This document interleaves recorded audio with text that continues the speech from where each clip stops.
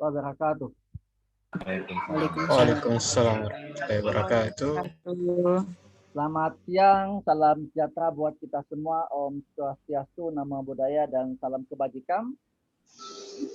Alhamdulillah pada siang hari ini, tepatnya tanggal 10 Mei 2021, 28 Ramadan 1442 Hijriah.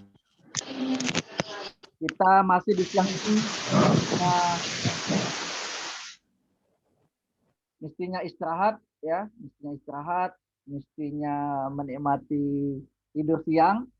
Tapi hari ini kita akan belajar dengan Pak Ade Komarudin, dan perkenankan kami Bapak Ibu semua, ini kami mewakili dari Ikatan Juru Insia Wilayah Bengkulu, berinisiatif karena Pak Ade punya pengalaman, segudang pengalaman memberikan ilmu kepada kita semua.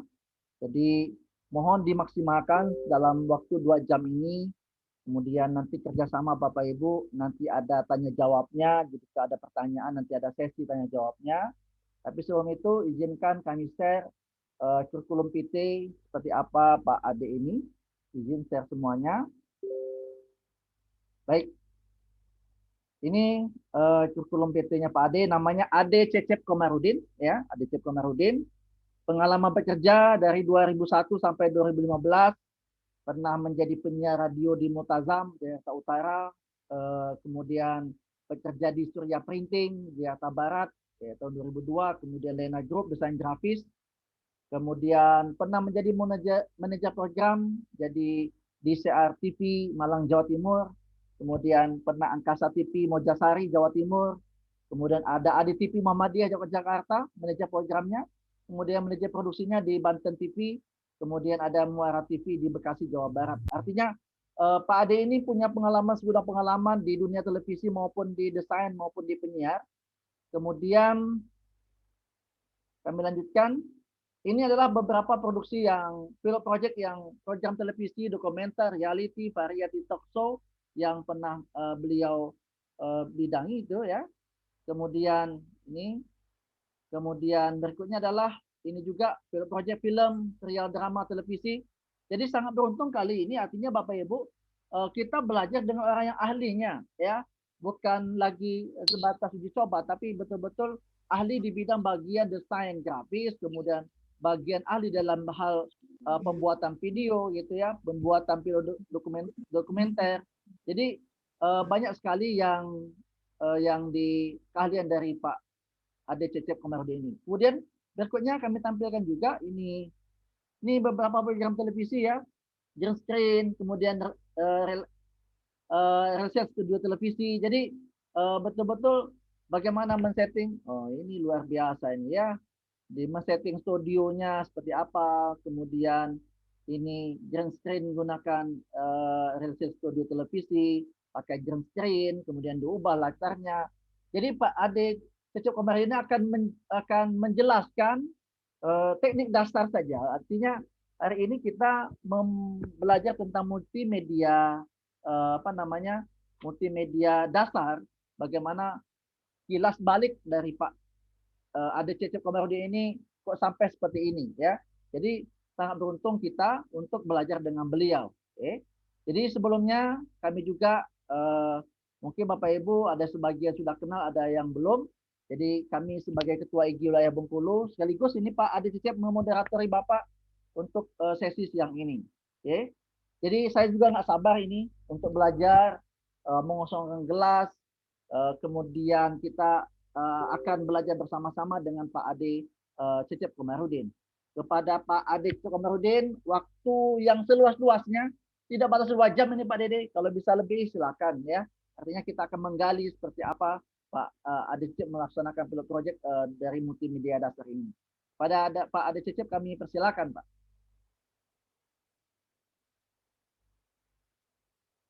Ya baik, terima kasih atas waktu yang telah diberikan. Mungkin karena waktunya cukup singkat, jadi saya akan langsung ke materi yang insya Allah nanti disampaikan terkait tentang bagaimana sih cara membuat video pembelajaran dengan hanya mengandalkan peralatan-peralatan yang ada di sekitar kita. Contoh saja misalkan ponsel yang kita miliki seperti ini. Kemudian dengan lighting-lighting yang standar atau bisa juga rekan-rekan sekalian menggunakan cahaya matahari sebagai pembantunya gitu kan.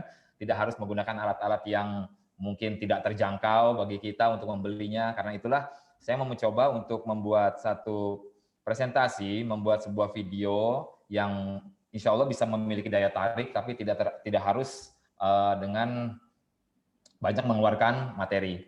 Oke, mungkin saya akan coba masuk ke materi pertama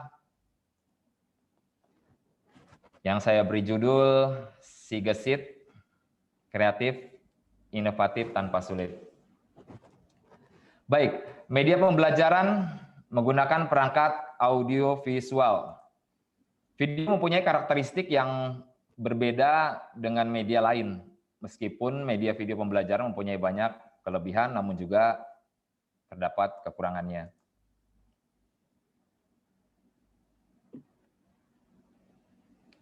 Nah, kita bicara tentang kelebihan dulu ya Bapak Ibu, kelebihan menggunakan audiovisual. Yang pertama jelas dapat menstimulir efek gerak. Berbeda dengan gambar-gambar yang seperti gambar-gambar grafis yang terdapat di media cetak gitu kan, yang hanya bisa digambar, yang hanya dapat dilihat dari satu sisi saja. Kemudian dapat diberi efek suara maupun warna, dapat menjadi media interaktif, dapat diputar ulang atau di pause ya. Jadi kalau seandainya kita mau mengulang lagi, andai saja video yang kita tonton itu tidak kita pahami, kemudian kita mau diulang lagi bisa. Beda dengan kalau kita hanya bisa menyaksikan di satu tayangan seperti TV, tidak mungkin diulang lagi seperti itu. Baik, selanjutnya kekurangan menggunakan audiovisual. Jelas kalau kekurangannya adalah mau tidak mau kita memerlukan peralatan khusus dalam penyajiannya. Misalkan kamera, lampu, mikrofon, dan sebagainya. Selain itu juga kita memerlukan tenaga listrik. Karena tanpa adanya tenaga listrik mungkin kita juga tidak bisa menggunakan alat-alat tersebut gitu kan. Kemudian memerlukan keterampilan khusus dan kerja tim. Jadi memang keterampilan khusus ini bisa kita jalankan, bisa kita hasilkan dengan hasil yang maksimal apabila kita memang mengerjakannya atau belajarnya dengan istiqomah atau terus-menerus. Karena tidak bisa multimedia ini kita pelajari hanya sekedar iseng-iseng belaka gitu kan. Karena banyak sekali konten-konten kreator juga kan membuat satu kemasan video itu bisa sampai bagusnya pasti memiliki perjalanan yang cukup panjang dalam mempelajari daya seni yang harus ditampilkan di tampilan sebuah video pembelajaran khususnya. Kemudian yang pertama kita mengenal dengan istilah praproduksi. Nah, di sini Bapak Ibu sebelum membuat satu buah tampilan video pembelajaran, tentunya kita melakukan penentuan idenya dulu. Eksplorasi gagasan. Kita mau mengangkat apa nih? Misal kita mau mengangkat tentang tema membuat jus jambu gitu ya. Dan juga segala macam keunggulannya. Dan juga manfaat dari jus jambu tersebut. Berarti kita harus menentukan idenya dulu nih. Idenya apa? Oh, idenya jambu. Kemudian jambu ini mau dibikin apa? Mau dibikin jus. Oke. Kemudian yang kedua penyusunan garis besar atau isi media. Nah, apa aja yang mau kita tulis? Apa aja yang mau kita isi? Misalkan jambu biji memiliki vitamin C yang cukup tinggi, mengandung ini, mengandung ini. Nah, itu adalah penyusunan garis besarnya. Sedangkan penyusunan jabaran materi medianya nanti bisa diaplikasikan oleh si pembawa acaranya. Halo teman-teman, berjumpa lagi dalam acara buah-buah segar, misalnya bersama saya selama 30 menit. Nah, itu penyusunan penjabaran materinya. Kemudian penyusunan naskah. Naskah ini dibuat untuk membantu si host dalam menyajikan tema yang nantinya akan diangkat. Jadi si host itu bisa improvisasi, tidak harus mengikuti naskah, tapi si host juga tidak boleh lepas dari benang merah yang sudah dibuatkan di naskah tersebut. Kemudian baru pengkajian naskah. Apabila ini semua sudah dibuat, baru dikaji. Siapa yang mengkaji? Biasanya kalau guru-guru membuat video pembelajaran kan ada yang mengkaji, biasanya kepala sekolahnya. Kalau di tempat saya, biasanya kepala sekolah mengecek dulu apakah naskahnya sudah sesuai atau tidak. Seandainya sesuai, baru mulai diproduksi. Sama seperti halnya dalam sebuah production house di televisi juga begitu. Jadi naskah yang sudah dibuat kemudian diberikan kepada sutradara, sutradara memberikan lagi kepada produser. Nah, produser inilah yang menentukan layak atau tidaknya naskah ini untuk produksi seperti itu. Kemudian lanjut ke yang kedua, yaitu memasuki tahap produksi. Nah, di sini tahap produksi setelah naskah jadi, kemudian naskah itu dirembuk oleh tim yang sudah dibentuk. Kemudian baru kita mencari siapa sih yang akan mengisi materinya atau menjadi hostnya gitu kan, atau membawa acaranya. Nah, inilah ditentukannya ada namanya istilah casting atau pencarian pemain. Kemudian hunting lokasi. Nah, kita mau menggunakan apa nih? Lokasinya mau menggunakan real set atau menggunakan virtual set. Nah, seperti tadi yang sudah dijelaskan, kalau virtual set berarti kita memerlukan green screen atau blue screen. Sedangkan real set kita bisa syuting dimanapun yang kita mau. Misalnya ada tempat-tempat atau spot-spot yang menarik yang bisa kita pakai untuk latar belakang syuting kita, bisa seperti itu. Kemudian baru dilakukan crew meeting atau tim produksinya. Kalau Bapak Ibu memiliki tim dalam membuat satu proyek video pembelajaran, maka diperlukannya rapat untuk pengambilan gambarnya seperti apa. Ini saya bicara garis besarnya dulu, nanti saya akan bahas secara terperinci. Nah, inilah alat-alat yang selama ini mungkin yang kita kenal dipakai untuk pembuatan sebuah tayangan program, baik program televisi maupun mungkin program-program yang ditampilkan di media sosial. Tapi bagaimana caranya kita bisa memproduksi satu program yang menarik tanpa harus menggunakan alat-alat yang mahal seperti ini? Nah, di sini saya akan contohkan ada lighting. Beberapa lighting contohnya ya yang ada di layar Bapak Ibu sekalian. Layar lighting yang paling sederhana yang sering digunakan oleh vlogger-vlogger atau youtuber-youtuber adalah ring light yang ada di sebelah kanan. Nah, ini yang paling sederhana sekali ya. Jadi seperti hal yang ada di studio ini kan ring lightnya seperti ini. Jadi simpel aja, harganya pun tidak terlalu mahal. Kemudian di tengahnya pun tinggal diberikan ponselnya untuk nanti melakukan perekaman seperti itu. Jadi tidak harus memerlukan alat-alat mahal yang nantinya kalau memang kita alat ring light ini diperlukan. Tapi apabila pencahayaannya di luar itu cukup dan tidak memerlukan lampu, maka tidak perlu menggunakan lampu. Seperti itu.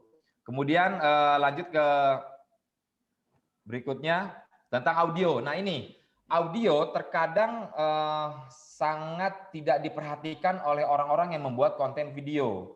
Artinya ketika kita membuat satu video pembelajaran misalkan ya, kita merekam, kemudian jarak antara si objek dengan kamera ini sekitar 1 meter. Tanpa menggunakan audio internal yang dipasang di tubuhnya. Seperti kalau saya mungkin bisa menggunakan clip-on ini, yang dipasang di sini, yang kemudian dihubungkan di kamera.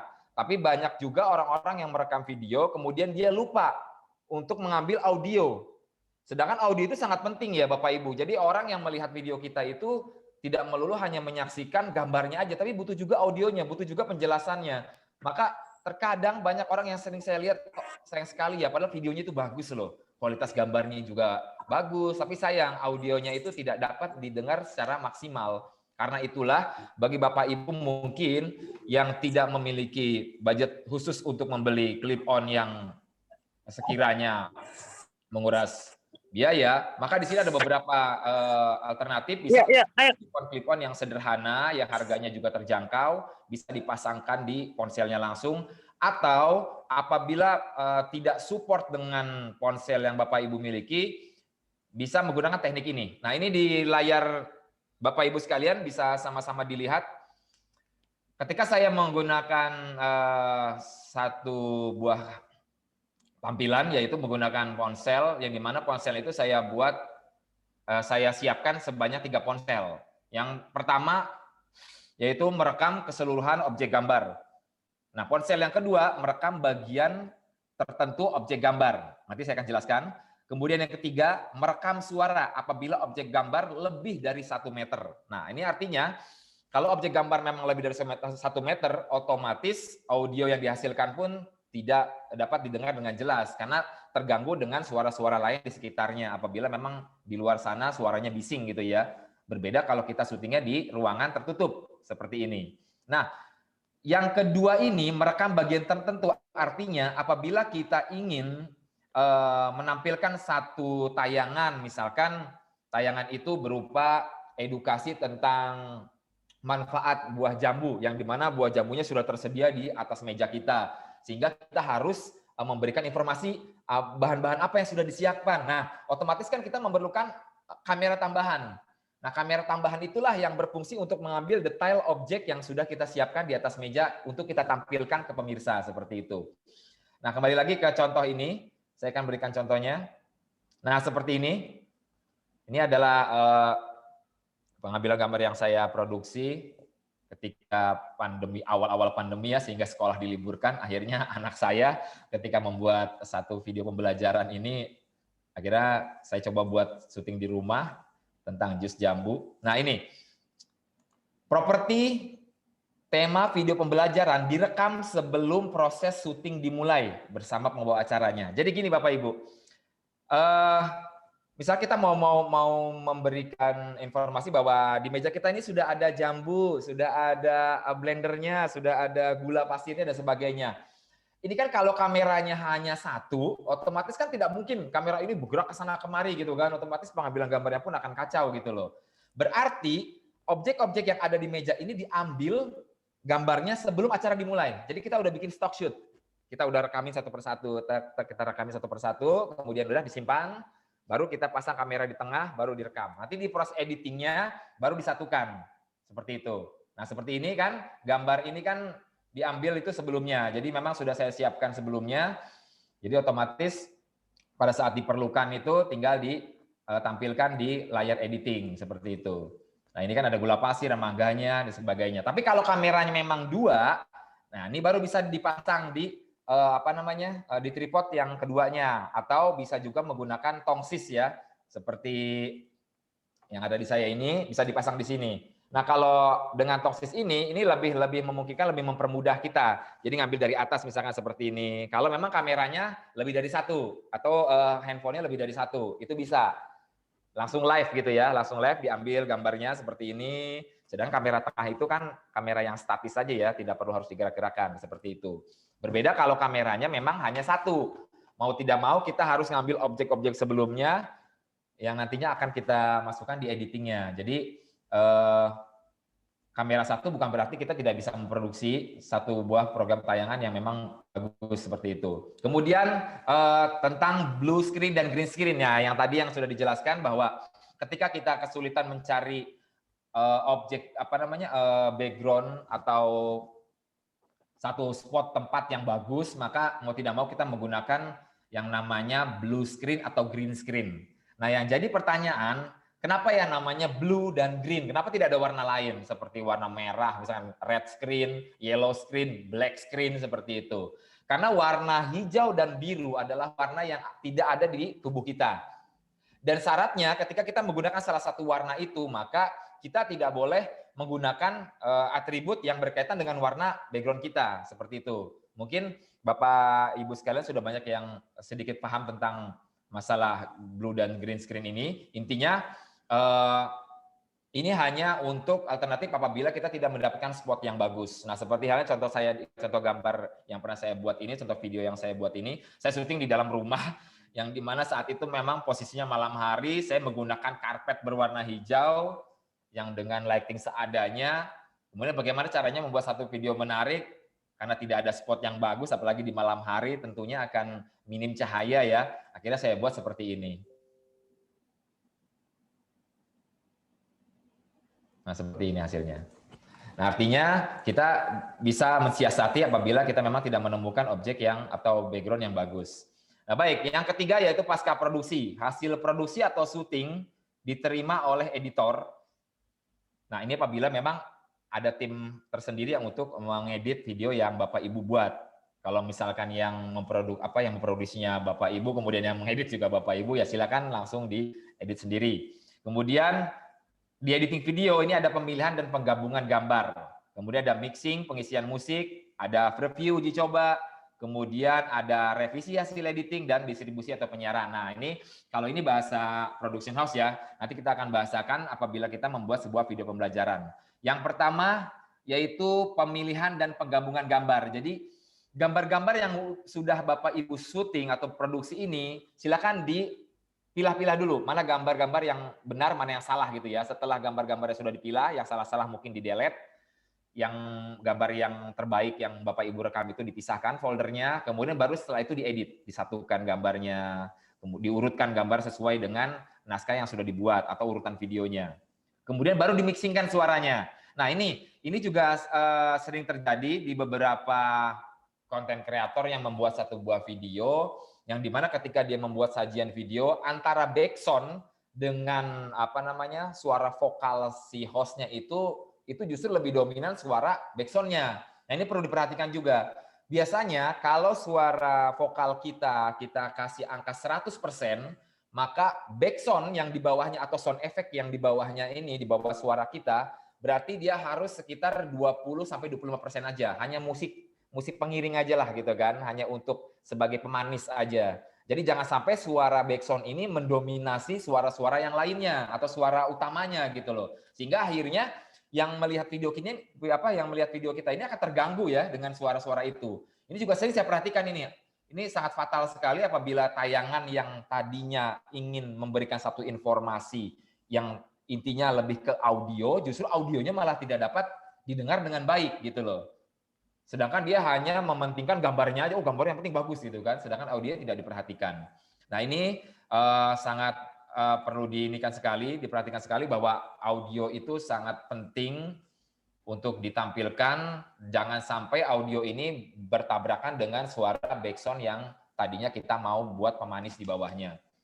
Kemudian preview, uji coba. Jadi sebelum kita berikan hasil produksi kita, sebaiknya diuji coba dulu apabila mungkin ada hal-hal yang kurang atau ada tulisan-tulisan yang mungkin keliru. Dan kalau bisa ketika mempreview hasil editingnya ini jangan sendiri. Kalau bisa didampingi dengan beberapa orang yang nanti akan melihat langsung. Khawatir, saya juga sama ya, beberapa kali ketika mengetik satu buah tulisan, ternyata tulisannya itu ada yang keliru gitu kan, saya pun nggak perhatikan gitu loh. Apalagi kalau tulisan itu judul utama gitu kan. Ini kan mungkin kita ngelihatnya, oh udah bener. Ternyata orang lain yang melihat, oh itu salah tuh, kurang E atau kurang N misalkan seperti itu. Makanya diperlukan beberapa orang untuk melihat hasil dari editing yang sudah kita buat. Jadi sebelum kita distribusikan atau kita serahkan hasil produksi kita, sebaiknya di preview dulu atau diuji coba dulu seperti itu. Nah, kembali lagi ke sini, kemudian setelah itu baru kita revisi apabila ada memang beberapa gambar yang perlu direvisi. Nah, untuk Bapak Ibu yang menggunakan software atau aplikasi yang nantinya akan diedit di laptop atau komputer, maka saya sarankan memang beberapa software yang insya Allah bisa Bapak Ibu pelajari dengan mudah, karena software ini bisa untuk pemula, bisa juga untuk yang semi profesional. Jadi seperti di program editing videonya, saya sarankan menggunakan Corel Video Studio. Walaupun banyak software-software lainnya seperti Filmora, kemudian ada Final Cut Pro, ada Adobe Premiere, dan lain sebagainya. Tapi untuk tahap-tahapan pemula, saya sarankan memang untuk editing videonya menggunakan Corel Video Studio. Sedangkan untuk animasinya, di sini animasi juga terbagi dua.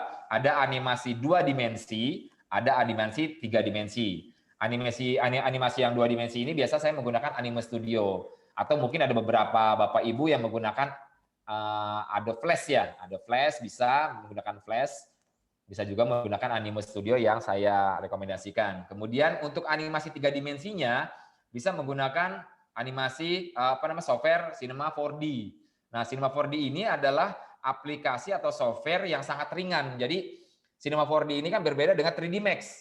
Kalau 3D Max itu kalau diinstal di laptop-laptop yang mungkin speknya tidak tinggi ya, maka akan berat gitu loh untuk mengoperasikannya. Makanya kalau Cinema 4D ini insya Allah bisa diinstal di laptop atau di komputer-komputer yang memang speknya tidak terlalu tinggi. Artinya aplikasi atau software-software yang saya sarankan ini insya Allah sangat baik untuk diinstal di laptop atau komputer Bapak Ibu sekalian. Kemudian apabila Bapak Ibu tidak memiliki laptop atau komputer, ingin mengeditnya langsung di HP, maka bisa menggunakan aplikasi yang ada di sini. Bisa menggunakan KineMaster, kemudian ada InShot, ada Power Director, ada juga Filmora. Walaupun di sini ada yang berbayar, ada yang tidak berbayar atau free ya. Biasanya kalau yang tidak berbayar itu biasanya ada watermarknya seperti itu. Tapi kalau Bapak Ibu ingin dihilangkan watermarknya, sebaiknya memang dibayar seperti itu. Nah, ini adalah salah satu cara cepat mungkin ya, tapi memang juga rumit kalau kita mengeditnya di di ponsel kita tidak bisa leluasa untuk mengotak-atik gambar-gambar yang nantinya akan kita susun karena keterbatasan ya. Ponsel Bapak Ibu ini kan bukan ponsel seperti layar laptop yang besar ya, yang bisa kita atur dengan mouse gitu loh. Jadi mau tidak mau kita hanya mengandalkan jemari jempol kita untuk menggeser-geser gambar. Ini ada beberapa orang tua ada beberapa guru yang merasa kesulitan di sini karena memang layarnya kecil, kemudian jemarinya tidak dapat menggeser-geser gambar karena tidak cukupnya layar sebagai touchscreen-nya seperti ini. Jadi mau tidak mau kalau Bapak Ibu memang kesulitan, memang alangkah baiknya kalau memang video itu ingin ditampilkan secara detail, baik dari background-nya, teksnya, dan lain sebagainya, sebaiknya memang menggunakan laptop atau komputer seperti itu. Tapi kalau memang tidak ada, maka diperbolehkan untuk menggunakan handphone, tapi dengan catatan memang ada dua hal yang perlu diperhatikan kalau handphone. Yang pertama, tidak semua aplikasi yang terdapat di handphone ini, terutama khususnya di editing ini, yang gratis ya. Sekalipun gratis, biasanya dia disertai watermark. Ya. Terus yang kedua, tidak semua handphone ini juga bisa menginstal aplikasi-aplikasi editing khususnya gitu, yang memang membutuhkan spek yang tinggi. Kemudian aplikasi yang terdapat di Android di ponsel kita ini kan tidak sama dengan aplikasi yang terdapat di laptop yang kita install. Misal di aplikasi yang kita install di laptop ini kan ada beberapa pilihan seperti animasi 2 dimensi, 3 dimensi, dan lain sebagainya. Mau membuat efek-efek tertentu. Mungkin kalau di beberapa ponsel yang kita install aplikasinya hanya terbatas aja Bapak Ibu. Jadi tidak sedetail yang ada di laptop kita atau di komputer kita. Jadi hanya beberapa efek-efek saja atau beberapa menu-menu saja. Sedangkan kalau Bapak Ibu melihat hasil editing atau hasil produksi yang pernah saya buat, tentu itu tidak mungkin bisa dilakukan atau diedit di ponsel yang Bapak Ibu miliki seperti itu. Jadi ada plus minusnya lah gitu ya.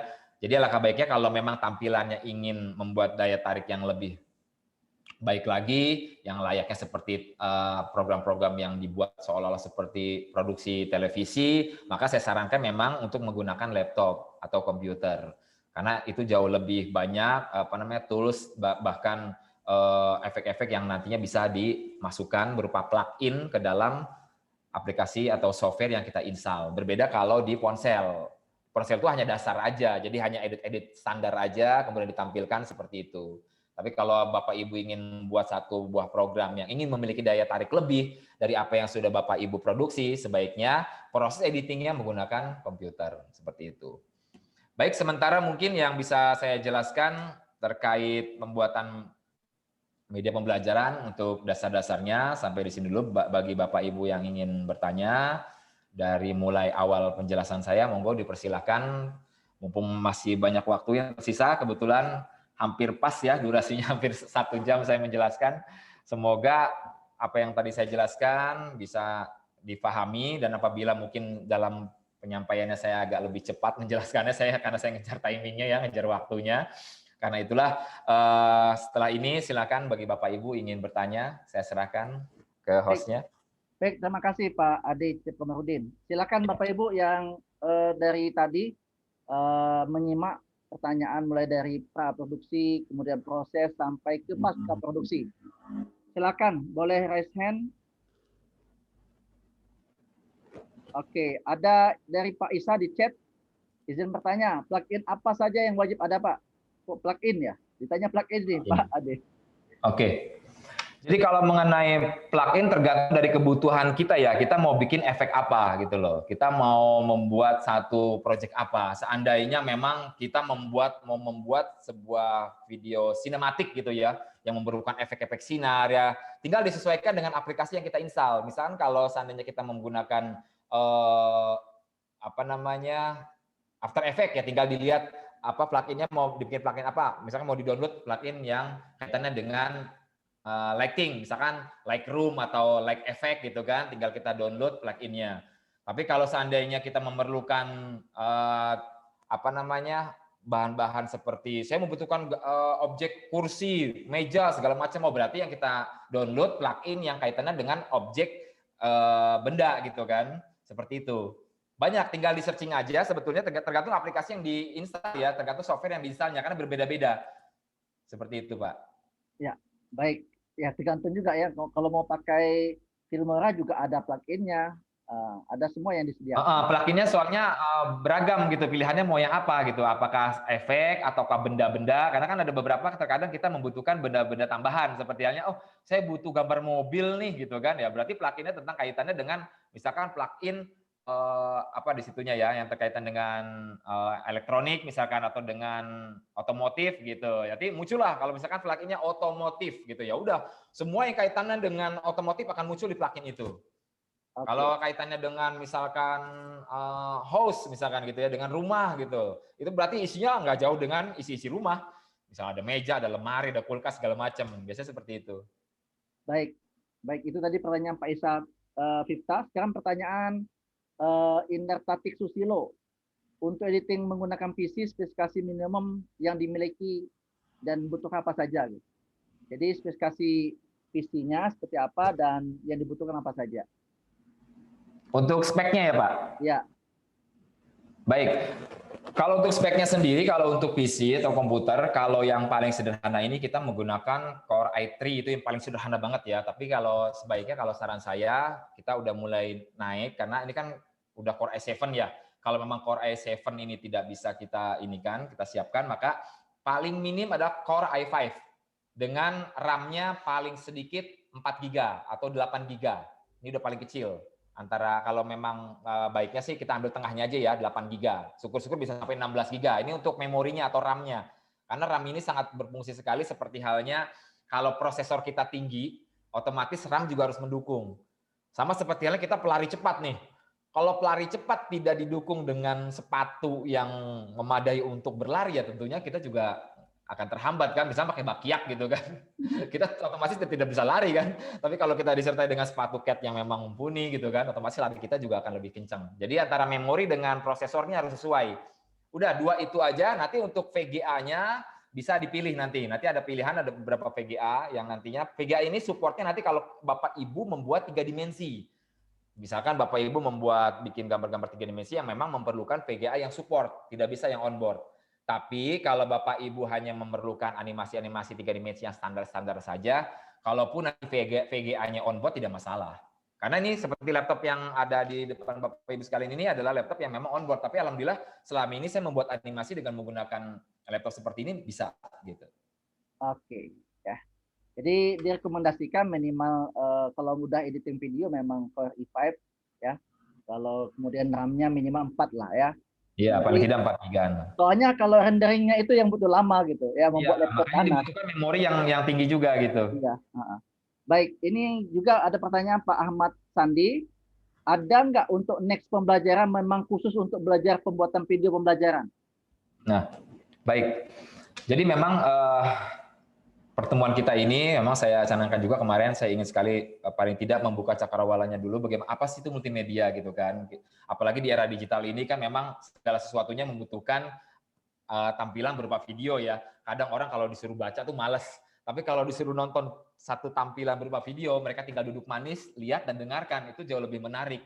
Dan ternyata daya serap orang itu jauh lebih tinggi, jauh lebih cepat itu melalui tampilan video. Karena itulah ketika dasar-dasar multimedia ini sudah saya sedikit berikan, next apabila Bapak Ibu berkenan, kita ingin tatap muka, tentunya dengan protokol kesehatan seperti apa, bisa kita lakukan pembelajaran paling tidak minimal waktunya antara 1 sampai 2 minggu, paling cepat 1 minggu seperti itu.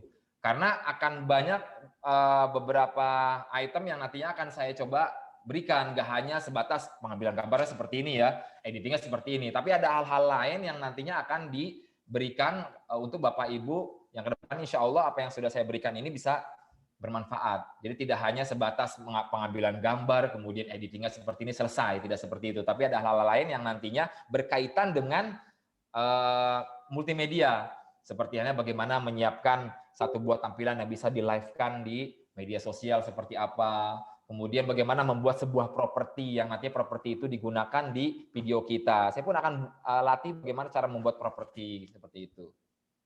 Berarti kalau yang jauh gimana tuh nanti Pak Ade? Kemarin terakhir saya mengisi itu sampai ke wilayah Jawa Timur itu pernah saya seperti itu karena memang kebetulan banyak sekali klien saya di sana, akhirnya mau tidak mau saya harus ke sana gitu karena nggak mungkin kalau pesertanya ke sini seperti itu. Ya alhamdulillah sih saya selama di sana kurang lebih sekitar 12 hari ya. Kurang lebih selama 12 hari yang alhamdulillah bisa dimaksimalkan. Dan bagi peserta itu kebetulan pesertanya saat itu sedang membuat proyek pembuatan video. Jadi sekalian, jadi mereka nggak hanya saya ajarkan secara ininya ya, tapi benar-benar saya dampingi sampai pembuatan video pembelajaran itu selesai. Jadi nggak ada lagi saya pulang itu mereka baru aja buat, enggak. Jadi benar-benar saya dampingi sampai selesai. Gitu. Baik, baik. Baik. Lanjut lagi Pak Ade, ini ada pertanyaan Pak Elvison. Untuk alur proses ada istilah alfa dan beta. Mohon pencerahannya Pak. Ada apa? Ada proses istilah alfa dan beta. Mohon pencerahannya.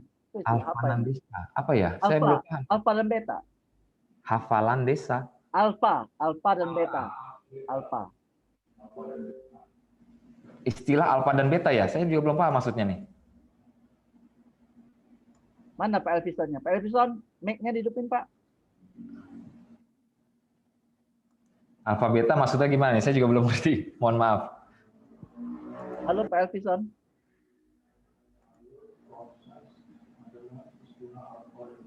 Bisa suaranya Pak Elvison? Di itu ya, di chat ya. Coba ya. Saya baca dulu chatnya.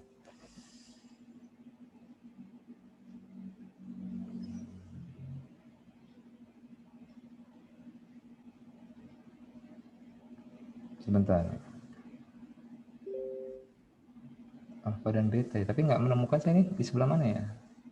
Ini BC.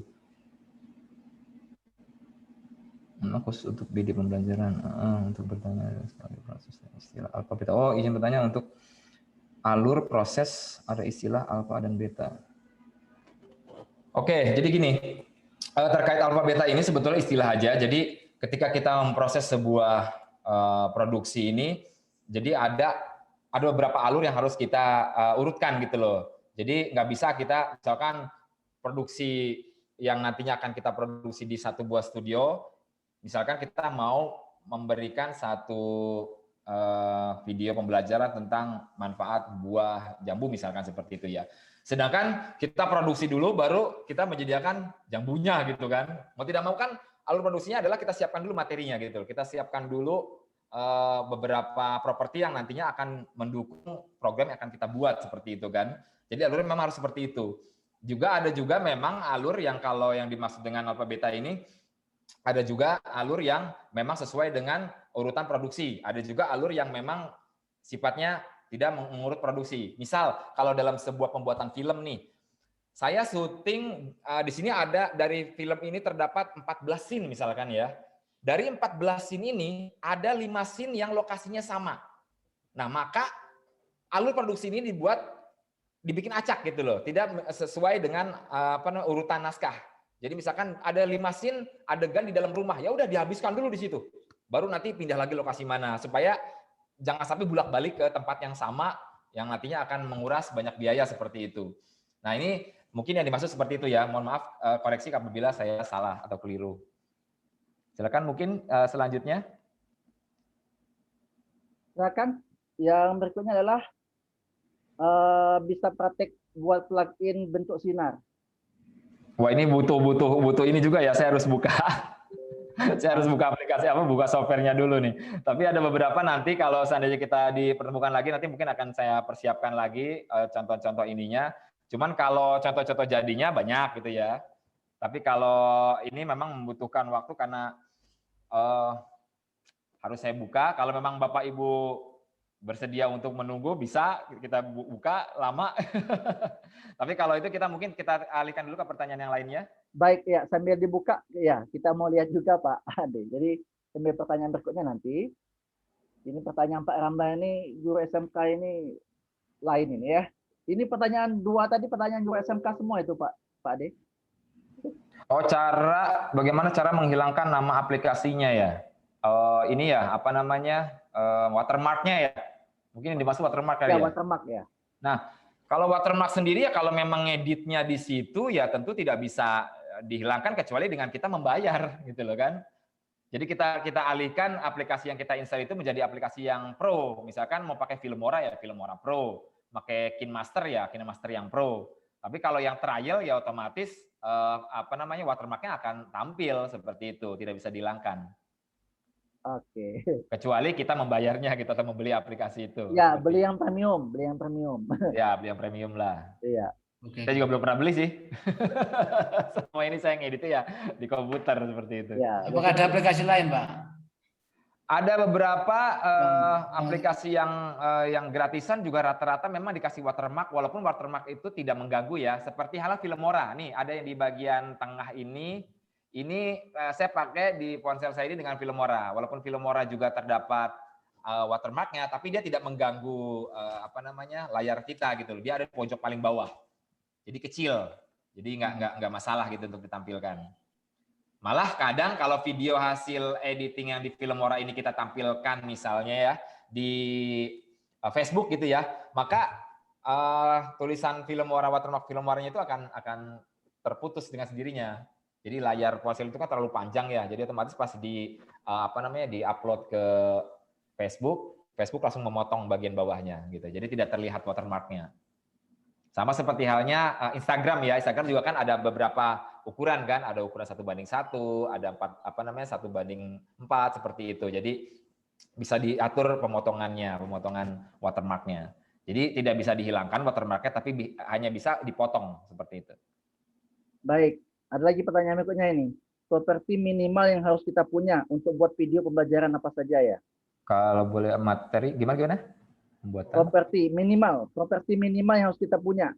Artinya peralatan yang harus kita punya itu apa saja minimal sehingga bisa buat video pembelajaran. Oke, ini berarti properti produksi maksudnya ya, properti syutingnya ya. Oke, yang pertama kalau memang kita menggunakan ponsel, ya ponsel tentu insya Allah semua Bapak Ibu sudah memiliki. Mungkin satu nanti bisa minjem ke istrinya atau ke suaminya ya, atau ke rekan-rekannya. Jadi kalau saya sarankan yang pertama kita siapkan ponselnya tentu sudah pasti yang utamanya. Terkait ponselnya mau 1 atau 2 tergantung kebutuhan Bapak Ibu. Kalau misalkan sekiranya Bapak Ibu tidak ingin repot, maka bisa menggunakan 2 ponsel sekaligus. Tapi kalau seandainya Bapak Ibu memang keterbatasan ponsel, maka cukup 1 ponsel, tapi memang kita harus dibuat agak ribet nih. Ada pengambilan gambar harus 2 kali pengambilan gambar kan. Nah, yang kedua kita menyiapkan tripodnya, tripod kamera ponselnya sendiri gitu loh, harus ada tripodnya. Terus yang kedua, satu lagi mungkin kalau yang menggunakan 2 kamera, menggunakan tambahan alat berupa tongsis, karena kalau tanpa tongsis ini ya kita akan kesulitan juga ya pengambilan gambarnya harus dengan tangan seperti ini gitu loh. Terutama ada objek gambar yang terlalu jauh juga kita tidak bisa ambil gambarnya. Kalau menggunakan alat bantu ini kan paling tidak memudahkan kita. Kemudian kalau sekiranya video pembelajaran yang mau kita produksi ini diambilnya memang di luar malam hari, artinya bisa pagi, bisa siang, bisa sore, maka lampu ini tidak perlu disiapkan pun tidak apa-apa. Jadi cukup mengandalkan sinar matahari aja. Tapi kalau Bapak Ibu misalkan memang buat video pelajarannya memang di waktu-waktu yang gelap atau malam hari gitu, atau di ruangan tertutup yang minim cahaya, alangkah baiknya minimal ring light seperti ini disiapkan 2 buah. 2 buah ring light untuk dipasang di kanan kiri, menghadap ke wajah kita seperti itu untuk membantu pencahayaannya.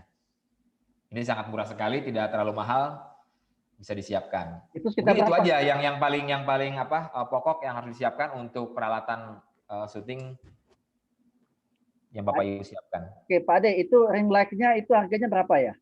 Kalau ring light sih bermacam ragam ini ya ukurannya ya bentuknya, tapi paling murah sekitar ada yang 50.000 ada yang 150.000 ada gitu loh. Tergantung ukurannya. Ada yang 26.000 juga ada, 25.000 gitu ada. Oke, siap. Kan Bapak Ibu biasanya kan yang suka ke sope, mungkin ke topet, bisa dilihat. Terus kalau yang pakai light, yang pakai box, ada kertas itu apa? Pakai yang box, gimana? pakai kain, pakai box, yang light pakai box. Yang itu. Kain. Kalau itu biasanya softbox ya, softbox itu juga bisa. Harganya softbox itu sekitar 300.000. 300.000 itu untuk 2 ya, kiri kanan ya? Ya, kiri kanan juga harus 2. Paling nggak minimal ya modalnya sekitar di atas 500 lah itu. Kalau seandainya mau menggunakan softbox seperti itu. Oke. Biasanya fotografer itu menyiapkannya ya itu softbox. Memang lebih enak softbox ya, cahayanya jauh lebih terang ya, seperti di gambar ini kan memang berbeda dengan ring light ya, yang hanya bisa mengambil gambarnya ya sebatas di batas wajah kita aja kan, karena ukurannya kecil. Tapi kalau softbox kan dia lebih besar seperti itu. Oke, lanjut ya Pak Ade ya. Pertanyaan Ya, berikutnya silakan. ini tadi Pak mana tadi ya? Ini Pak Teguh Media ini. Ini udah Teguh ide medianya ini. Saya mau tanya tentang sinema 3 dimensi. Bagaimana sistem kinerjanya ya Pak? Soalnya saya sering memakai 3 dimensi Max. Oh, 3D Max ya. Ya, Ya, jadi gini sebetulnya pada dasarnya fungsinya sama ya antara 3D Max dengan Cinema 4D gitu loh. Fungsinya sama, hanya beda tool saja, seperti halnya kalau kita menggunakan Corel Draw, mungkin dengan apa namanya Illustrator, sebetulnya mah mirip-mirip gitu kan. nah, ya. Ada Photoshop juga dengan Photo InDesign juga sebetulnya tools-toolsnya hampir sama seperti itu. Hanya bedanya misalkan kalau software Cinema 4D ini lebih ringan aja dan penginstalannya pun lebih mudah. Berbeda dengan 3D Max. Seperti itu, makanya saya sarankan untuk pemula ini menggunakan software itu. Karena satu, proses installnya juga lebih mudah dipahami, kemudian untuk perangkat komputer atau laptopnya juga tidak harus menggunakan spek yang tinggi. Karena biasanya kalau 3D Max tahu saya paling tidak ya VGA-nya harus support gitu loh. Tidak bisa onboard. Setahu saya segitu. Dia akan nge-lag. Jadi setiap kali di preview dia akan patah-patah seperti itu. Tapi kalau Cinema 4D dia masih bisa untuk di preview sepanjang objek yang kita buat ini tidak banyak itemnya ya, misalkan hanya membuat tulisan yang mutar kayak gitu-gitu masih bisa di preview dengan halus seperti itu. Oke. Ini masih Pak Ramlan tadi yang plugin apa untuk sinar tadi ditunggu walaupun sampai puasa Pak, sampai ini. Sampai lebaran. Sampai lebaran kayaknya. Oke, pertanyaan berikutnya. Izin lagi ini ada pertanyaan Bu Dewi Susanti dari Kalimantan Selatan. Apa saja aplikasi editing video yang bagus dan mudah digunakan di ponsel? Sebentar, aplikasi editing video buat user profesional yang paling banyak. Oh, ini. Kalau untuk ini biasanya paling banyak orang menggunakan KineMaster ya, paling banyak. Karena KineMaster ini aplikasi yang bisa chroma key. Jadi dia bisa udah bisa macam-macam lah. Jadi untuk teksnya, kemudian untuk bikin efek-efeknya, di KineMaster juga sudah banyak di ini kan ya. Nanti bisa ditambah lagi untuk plugin-pluginnya. Jadi memang sepanjang yang saya tahu banyak orang menggunakan KineMaster sebagai alternatif untuk editing dibanding Power Director maupun Filmora. Seperti itu. Kalau guru-guru YouTuber biasanya menggunakan KineMaster paling banyak. Iya, betul. Paling banyak KineMaster. Biasa dikasih sponsor juga 3 bulan gratis gitu yang premium. Iya. Baik, itu Pak Ade pertanyaannya. Bisa lanjut ke materi selanjutnya kalau masih ada. Baik, saya akan coba ini dulu ya. Ini kan ada, saya share screen dulu deh. Sini mana share screen?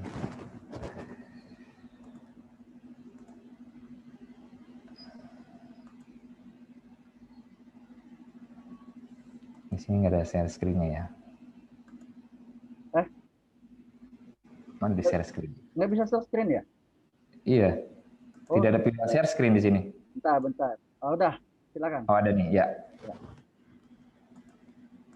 Sebentar, saya masuk ke sini dulu. Atau ini dulu deh sebentar ya, saya buat ini. Nah, ini saya kasih tahu aplikasi yang Cinema 4D ini. Nah, seperti ini bentuknya. Sangat simpel, sama aja sebetulnya dengan aplikasi atau software Cinema 4D. Jadi bagi Bapak Ibu yang menggunakan aplikasi ini sebetulnya aplikasi yang kalau dengan sebentar, ini ada bagian atas yang mengganggu nih, saya pindahkan ke bawah dulu. Nah, seperti kita membuat tulisan ya. Di sini ada beberapa tools yang memang cukup banyak sekali, memang harus satu persatu. Jadi memang membutuhkan belajar khusus. Nah, misal kita mau bikin huruf, bikin teks seperti ini. Jadi dia ini tidak harus pada saat di preview, misalkan kita mau bikin efek gerak ya. Misalkan efek geraknya ini dia muter seperti ini. Taruhlah seperti ini dulu. Jadi pada saat di preview dia halus tuh, ya kan? Jadi dia tidak patah-patah gitu kan. Sepanjang objek yang kita buat di sini itu tidak terlalu banyak atau tidak terlalu padat sehingga akhirnya ketika di preview hasil previewnya itu berat atau patah-patah. Tapi kalau seandainya hanya tulisan-tulisan yang memang tidak terlalu banyak atau objek-objeknya tidak terlalu banyak, saya rasa bisa di preview dengan halus seperti itu. Nah, seperti halnya ini.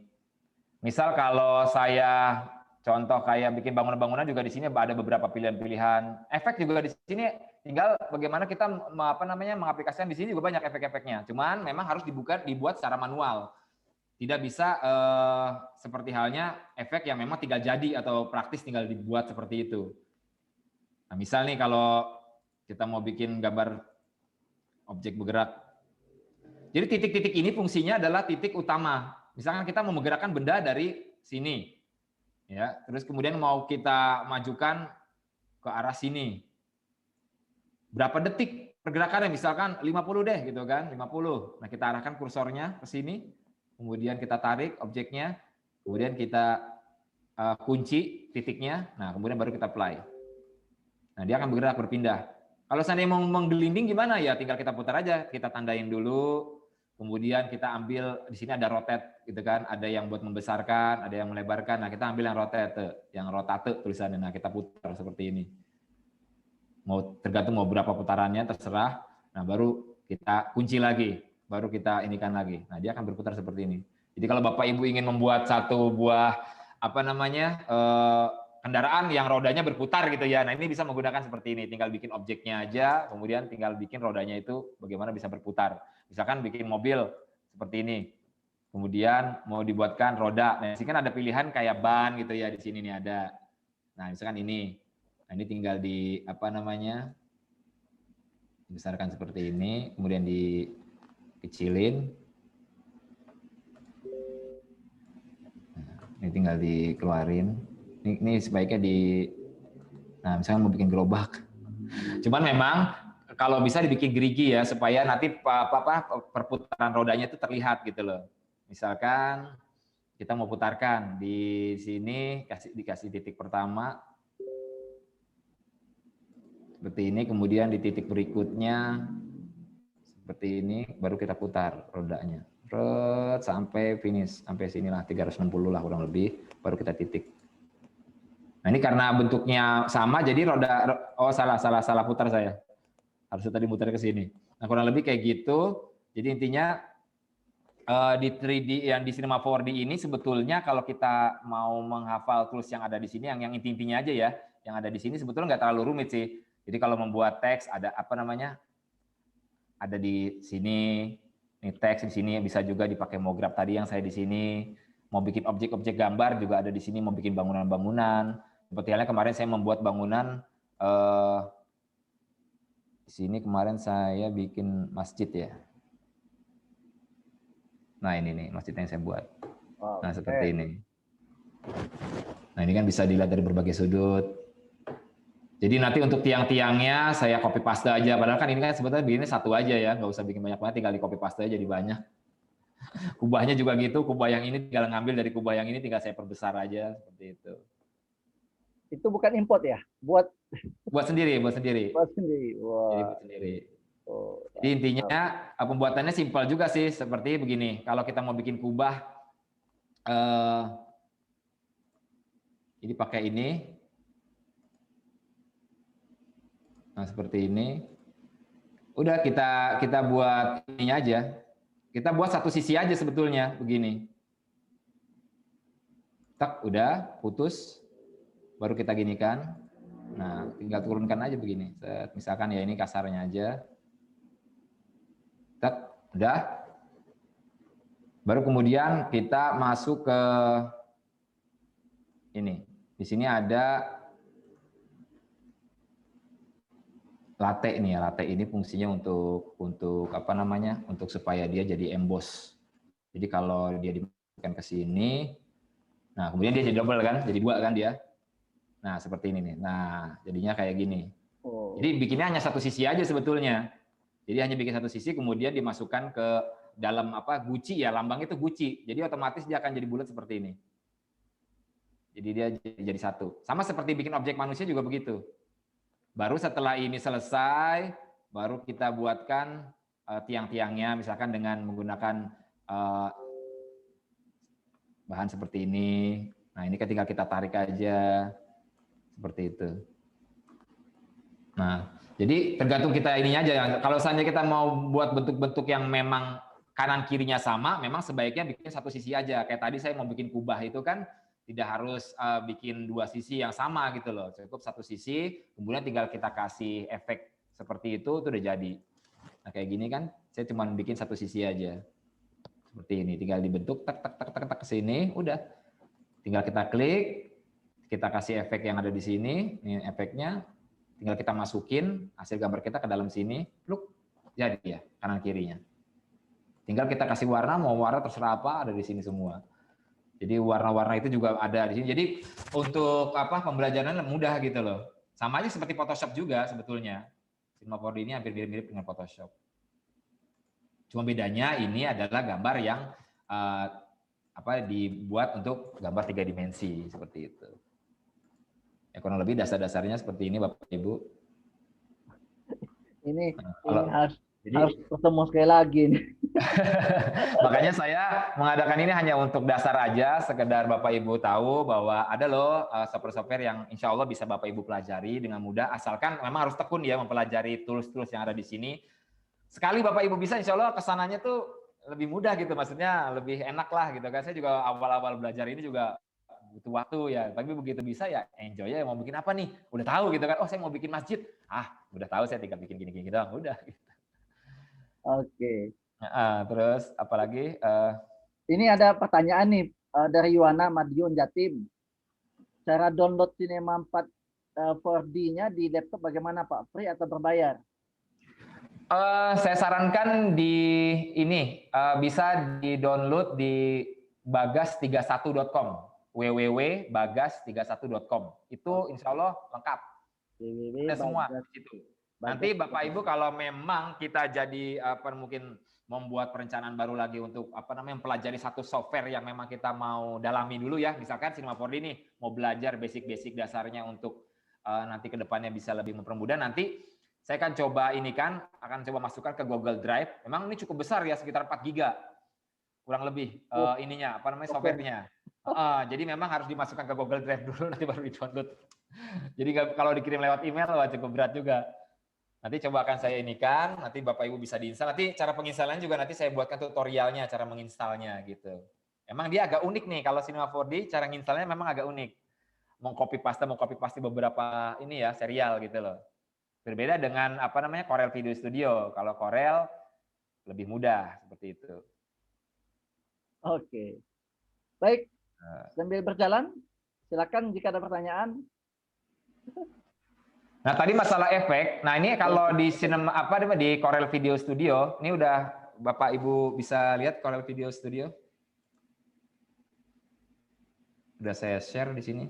Muncul nggak, Bapak Ibu? Belum, Pak. Belum ya? Tadi yang Cinema 4D muncul? Muncul, kalau Cinema 4D muncul. Cinema 4D muncul, sebentar, saya inikan dulu. Tadi udah share screen padahal. Apa di stop dulu kali Pak ya? Stop dulu yang ini. Ya, stop dulu. Stop. Mana stopnya? Stop dulu ya.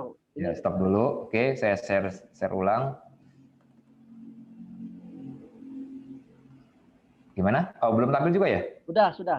Oh, sudah ada ya? Sudah. Oke. Nah, seperti ini tampilannya. Kalau Corel Video Studio hampir mirip dengan software editing lainnya, sama saja sebetulnya. Cuman kenapa saya sarankan pakai ini? Kalau Corel Video Studio ini tampilannya itu enak dilihat gitu loh, dibanding Adobe Premiere yang mungkin Bapak Ibu yang masih awam tapi sudah menggunakan software editing yang begitu rumit ya, yang memang toolsnya itu kecil-kecil gitu loh. Kalau di sini kan enak. Bapak Ibu mau bikin teks, tinggal klik teksnya sudah ada di sini. Mau pergerakan teksnya seperti apa. Kemudian Bapak Ibu mau bikin efek-efek yang nantinya akan mendukung gambar-gambar yang Bapak Ibu buat juga di sini sudah ada. Seperti misalkan efek petir, efek sinar. Misalkan ini ya, kita siapin satu gambar. Nah ini kan ini udah ada. Nah ini efek sinar, efek petir, efek segala macam ini udah tinggal nanti diatur. Jadi misalkan saya mau petirnya nggak begini, nanti kan ada ininya, ada customnya bisa dibuat gitu kan, bisa dimainkan gitu loh. Jadi udah tersedia di sini. Mau menggerakkan gambar-gambar yang mungkin gambarnya bisa, misalnya kalau saya kasih contoh ada gambar, misalkan ini backgroundnya, kemudian ada frame, saya misalkan pakai objek. Nah misalkan gambar ini.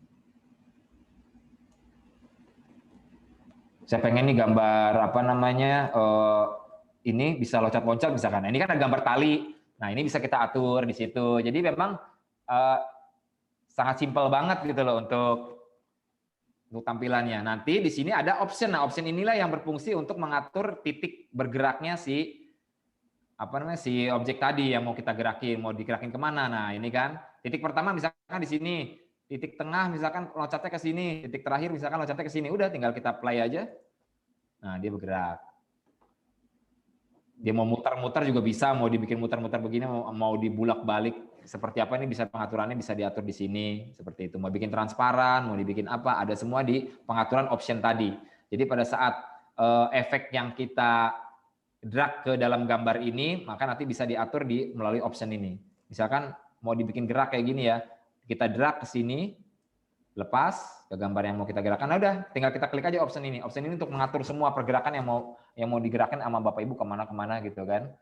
Di sini ada customnya. Nah di custom inilah yang untuk mengaturnya seperti itu.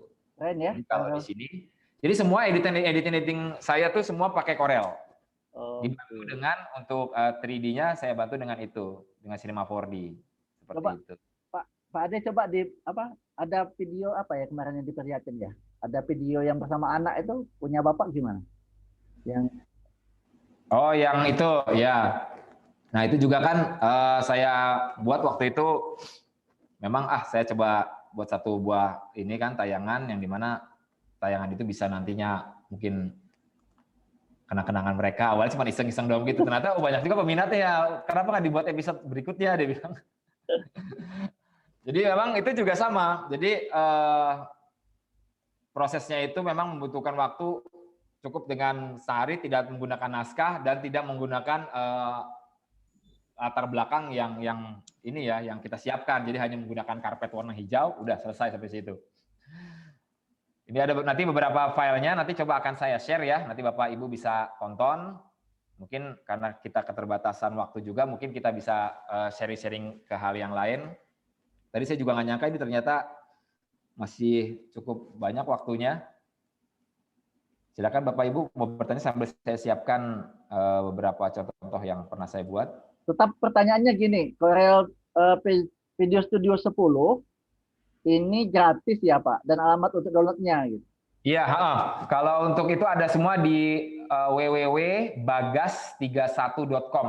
Nah, itu yang di grup itu juga pernah saya share-kan, dilihat aja. Kalau memang ada kesulitan untuk mendownloadnya gitu dari dari website itu, nanti coba akan saya bantu untuk memasukkan ke Google Drive gitu. Terus kata Pak Rudi, ini ahli SMK juga ini Pak. Itu dengan track ya Pak, di Bagas 31 itu. Ada tracknya nggak? Ada. Setiap aplikasi atau software yang memang itu dia istilahnya tidak trial ya, pasti menggunakan crack atau serial number, udah pasti gitu. Semua pakai crack. Oh, Pak Kalau Rudi. trial memang tidak ada cracknya. Oh, kalau ditanya dibolehkan, cukup dalam ini saja Pak di pembahasannya.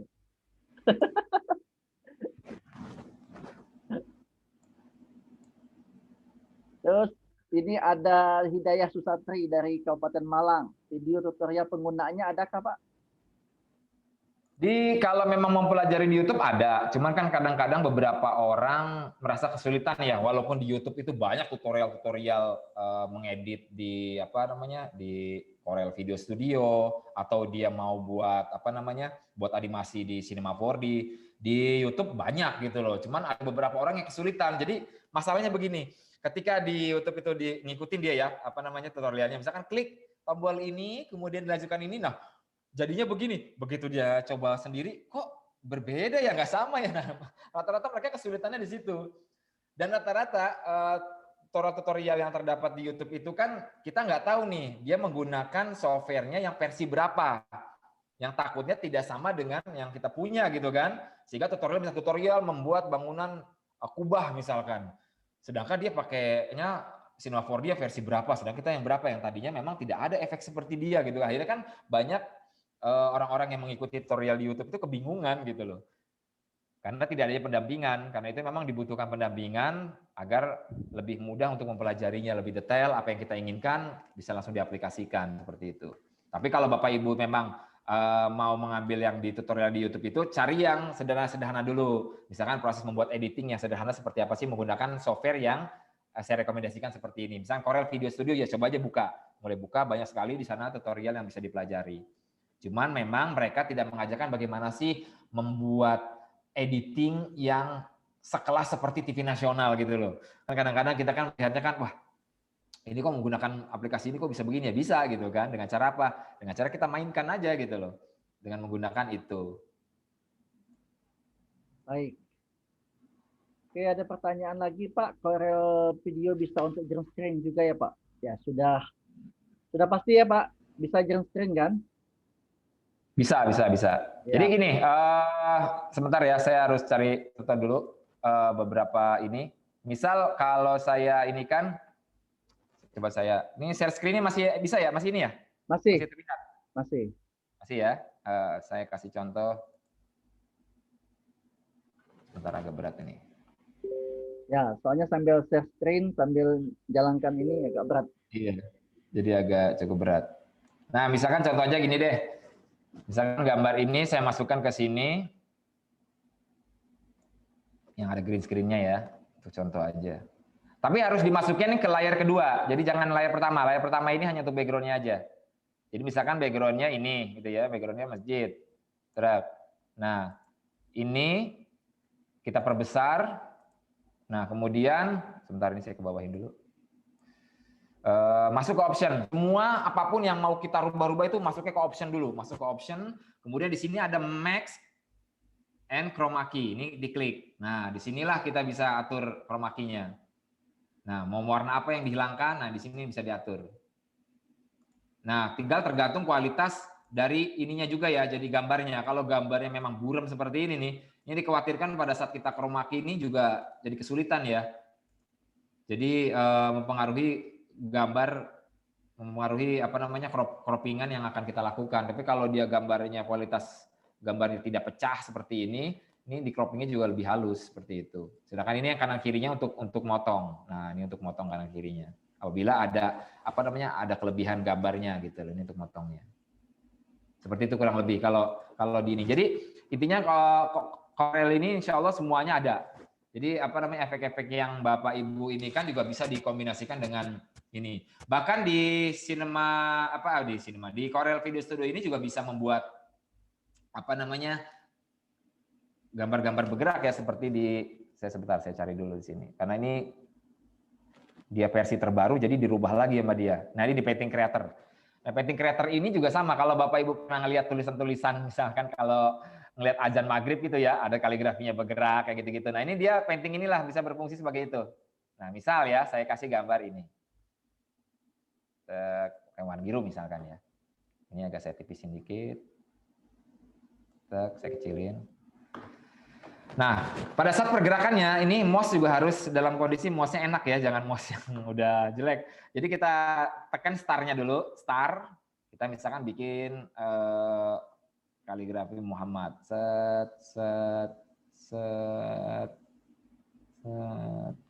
Nah, nanti juga Bapak Ibu kalau mau bikin kreatif desainer lainnya yang kaitan dengan gambar-gambar atau coretan-coretan yang bergerak juga bisa. Oke, selesai, stop. Nah, dia akan merender dulu ya nanti nih setelah di ini. Bentar ini ketutup sama ini nih, tanda oke-nya. Ketutup sama apa namanya? Zoom-nya. Nah, oke. Nah, dia bergerak. Tek tek. Dia akan ngikutin dulu set sampai selesai. Nanti dia akan otomatis masuk ke dalam thumbnailnya Corelnya sendiri. Jadi kita udah nggak usah nyari-nyari lagi. Selesai dia, nanti biarkan dia selesai dulu. Nanti background belakangnya juga nggak putih, dia akan hilang. Seperti itu. Bentar, saya okein dulu. Oh ini belum selesai. Sampai selesai, nanti dia akan masuk dalam sini. Jadi kalau Bapak Ibu bisa mau bikin ting ting ting ting di kepala suka ada apa, efek-efek apa gitu ya, itu bisa menggunakan ini. Nah, dia akan masuk seperti itu. Nah, dia masuk sini. Nah, di sini. Belum. Dia nanti background-nya juga hilang, nggak akan putih seperti ini. Jadi dia langsung kosong. Jadi misal ini, saya masukin sini. Gambar ini, nah ini digambar di bawahnya.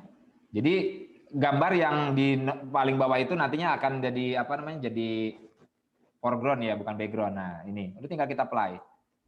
Set set. Nah, dia tanpa background kan? Kayak gitu.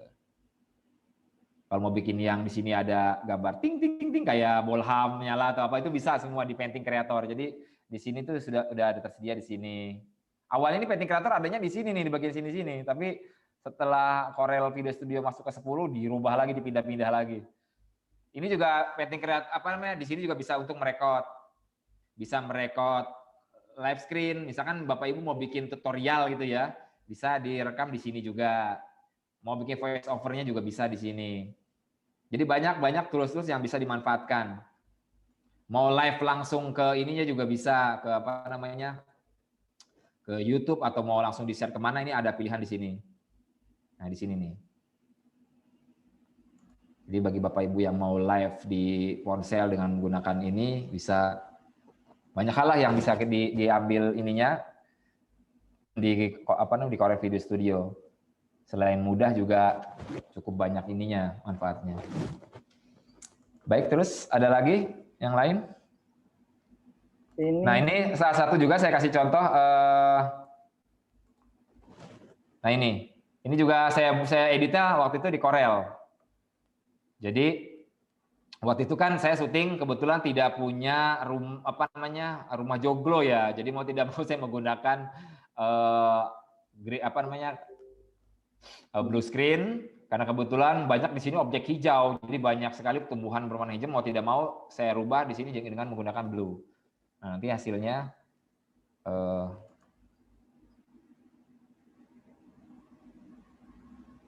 nah seperti ini. Baru setelah itu di grading, di coloring lagi lah, diperbagus lagi seperti ini. Nah kayak gitu. Jadi artinya kita bisa siasatin lah kalau kita memang mau membuat satu program yang kebetulan kita sendiri ada keterbatasan tempat gitu kan, tidak, wah ini rumahnya kok jelek ya, bisa nggak dibagusinnya? Bisa aja gitu kan ya, dengan menggunakan itu tadi, dengan Corel aja bisa gitu loh. Sama seperti ini juga begitu, ini juga rumah Betawi juga sama. Di lokasi yang sama nih, sedangkan adegannya berbeda, ini adegan rumah Betawi. Kemudian saya rubah, jadilah rumah Betawi. Oh, keren. Iya. Seperti itu. Karena si Hansip ini kan udah menggunakan baju warna hijau, jadi mau tidak mau harus saya pakaikan dengan menggunakan ini, gitu. Ya ada lagi mungkin Bapak Ibu yang mau bertanya, monggo. Sebentar saya. Oke, ini Pak Roni Yulianto. Ini banyak yang juara SMA SMK ini. Tutorial instalasi dan tracknya ada disediakan dari Pak Ade nggak Pak? Atau ada link, kata Pak Roni Yulianto, tutorial instalasi dan tracknya ada disediakan dari Pak Ade nggak? Iya, nanti insya Allah saya sediakan. Jadi kalau seandainya memang software itu tidak terlalu sulit untuk menginstalnya, biasanya nanti akan saya kasih tutorialnya. Kalau seandainya nginstalnya standar-standar aja, hanya next, terus masukkan serial number, itu biasanya silakan install langsung aja gitu. Jadi kalau beberapa software yang memang agak kesulitan, orang mungkin untuk installnya, biasanya saya kasih ininya panduannya, berupa video tutorial cara instalasinya, seperti itu. Silakan, ada yang lain lagi? Coba Oke. buat. Berapa besar hasil videonya? Apa bisa diputar di HP? Bisa. Jadi kalau kita misalkan sudah mengirim via WA itu kan, via WA itu kalau nggak salah durasinya maksimal 7 menit sampai 10 menit ya kalau tidak salah kalau via WA ya, maka dia akan terpotong biasanya ya. Makanya kalau orang-orang mau ngirim ke WA itu biasa di-convert lagi, diperkecil lagi supaya durasi 15 menit tapi tampilnya penuh tidak terpotong. Cuman kan resikonya kita yang melihat videonya kan kurang jelas ya, agak burem gitu kan, agak pecah gambarnya. Makanya saya sarankan lebih baik kalaupun video itu durasinya misalkan lebih dari 7 menit, lebih baik dibikin part aja, dibikin part 2 misalnya seperti itu, baru dikirim lewat apa namanya aplikasi lewat WA. Supaya kualitas gambarnya juga bagus gitu loh. Biasanya standarnya kalau untuk ini sih, kalau untuk standarnya